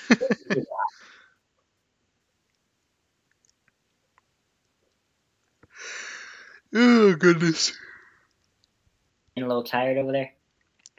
Mm-hmm. It is 30 minutes to midnight. It is. Yeah, I've been up for quite some time. I had like a weird sleep thing this morning because I went to bed at 6 p.m. last night. Woke up at like 3:30 in the morning. I had some like pain in my gut for a little while, so that kept me up for a couple hours. Decided No. decided like it was too late for me to go back to bed at 6, like to sleep. So I was just like, okay, I'm gonna get into bed, but I'm just gonna rest. Because like I've been hurting for certain. uh, Yeah.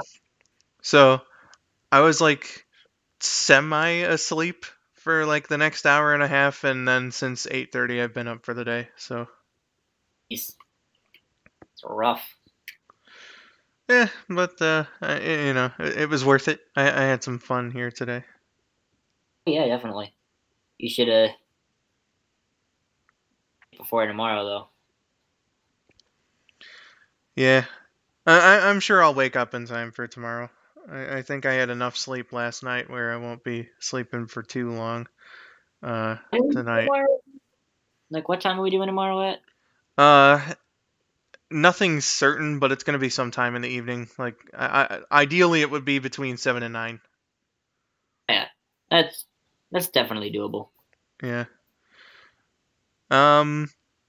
So I think we'll take one more question, and then I'll get into more details about what's going on tomorrow, and then we'll wrap it all up. Yeah, we'll rabid it all up. Oh man. Rabid all up. Yeah.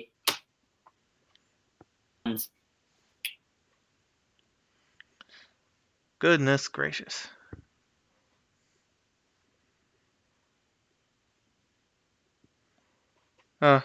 See you later, Rin. Hope that you had some fun times here, like we did, and that you enjoyed what you saw, and you know, thought that it was good stuff as well.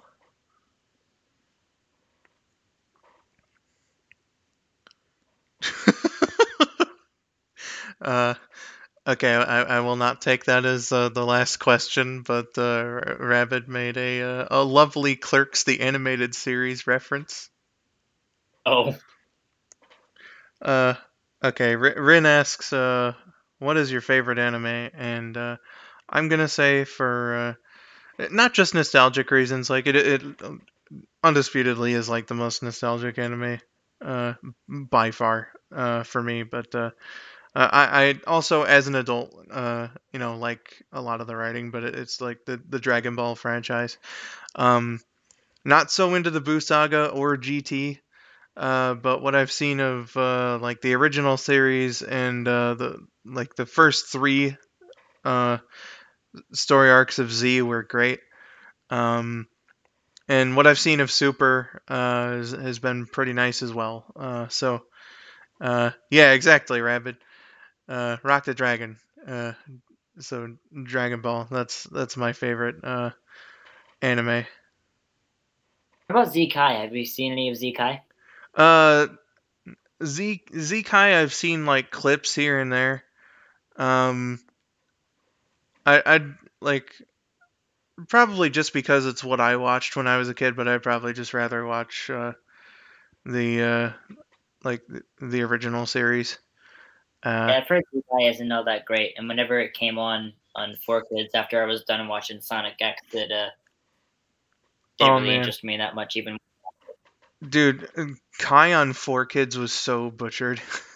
yeah, Oh man, they really took the axe to to that one and just oh boy, oh man. But to answer the question for myself, I think if any of you know me by now, that it was definitely got to be My Hero Academia. That's really great.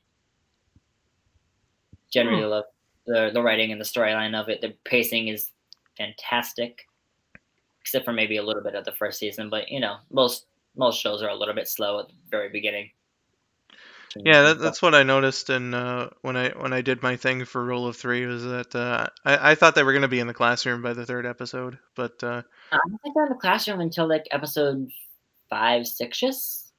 like yeah, that's what it seems like it's gonna be like, because at the point where I'm at right now, like it's like Deku and all the others are like still applying to be in the school, so Oh, they're in the test or whatever. yeah, like the test is about to begin. They're about to do like all the physical shit. Yeah.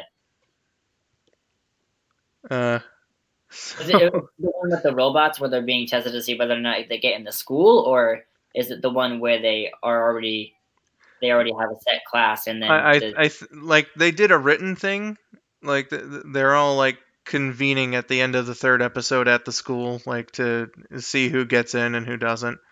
oh yeah, And then like the teacher or whatever is like, okay, so we're gonna bring you all here into this simulation of something that you do, when you're out on the streets being a hero. So get into groups and fight off these fucking monsters, you pieces of shit. get in the groups and fight off these monsters, you pieces of shit. So Yeah, that's the entrance exam. yeah, exactly. So that's where it is. Like that, the actual like actiony stuff is the next episode. It's episode 4. Yeah. So that's You are our continuing that, or no? what was that? You at all interested in continuing that, or no? Yeah, I am. I just haven't gotten to it though, due to all that shit that I've got going on in my mind. That's yeah. I've been held up by quite a lot of things lately, and I just keep adding onto the pile because that's good for me. Yeah, Fate, My Hero is not on Netflix, but it is on I think it's on Hulu. A lot of things seem to be But on if you Hulu want, nowadays. yeah, but if you want, I can give you a link to where I watch it on a certain website if you want that. I think it's a popular anime, so it's probably also on Crunchyroll, isn't it? But yeah, it's on Crunchyroll, but Yeah. Crunchyroll is bad. I wouldn't know about that because I don't. Well, I have Netflix and Amazon Prime, and that's about it. I'm not interested in enough anime to justify a Crunchyroll subscription. We don't even have the money for it, so. That's become a meme between me, Maddie, Silv, and Sylvie. Sorry, confusing ourselves now. But us three and Rose, it's become such a meme that we named our group chat Crunchyroll membership. goodness gracious. Yeah, Crunchyroll is worse with ads and stuff like that. Hello, Leanne. We just took the last question, so I'm sorry you kind of came back at a little bit of an inopportune time. But there will always be the replay. So yeah, it's the Dragon Ball franchise for me. It's My Hero Academia for Silv, and I think that's a good note to end it on. Yeah. Yep. Did you say you were going to get into details about tomorrow or no? What now? Into details about tomorrow or no? Oh right, yeah, details about tomorrow. Leanne, it's good that you mentioned that. There's certainly more streams to come. I'm doing a special event tomorrow. It's gonna be Knuckles Day. Didn't get to do it last June for the Sonic Anniversary event, but it's gonna happen tomorrow here on the channel. Basically, what's going on is I'm gonna be doing a Knuckles playthrough of Sonic 3 Complete to complement this one. And then I'm going to play Knuckles' levels in Sonic Adventure 1, then his levels in Sonic Adventure 2, then I'm going to do a Knuckles run of Sonic Mania to celebrate 25 years of Knuckles, and it's going to be Rabbit's birthday tomorrow too. So even though he won't be in the stream, I don't think, because he's sick of seeing me play all these games, but gonna be wishing him a happy birthday. So yeah, If he's still here, I wish him a happy early birthday since he probably won't be there tomorrow. yeah. So good shit. Good shit. And I hope that any of you all watching now liked it enough and maybe consider joining that one. I understand if you don't want to. But yeah, I think that'll blah. I think that will about do it for this here stream today. I've got to get to bed. I'm sure a lot of people feel the same. So thanks to KN for letting me on her stream earlier today and joining me here. Silv, thank you for helping out. But yeah, anytime. I always enjoy being on streams with you. And I enjoy having you as a co-host. So with that in mind, everyone, see. I'll see at least a couple of you tomorrow. I hope for Knuckles Day, and hope that you enjoyed this one. I have been skull902. I've been Silver Ness. Thank you for watching, and have yourselves a wonderful day. Bye-bye. Bye. Goodbye.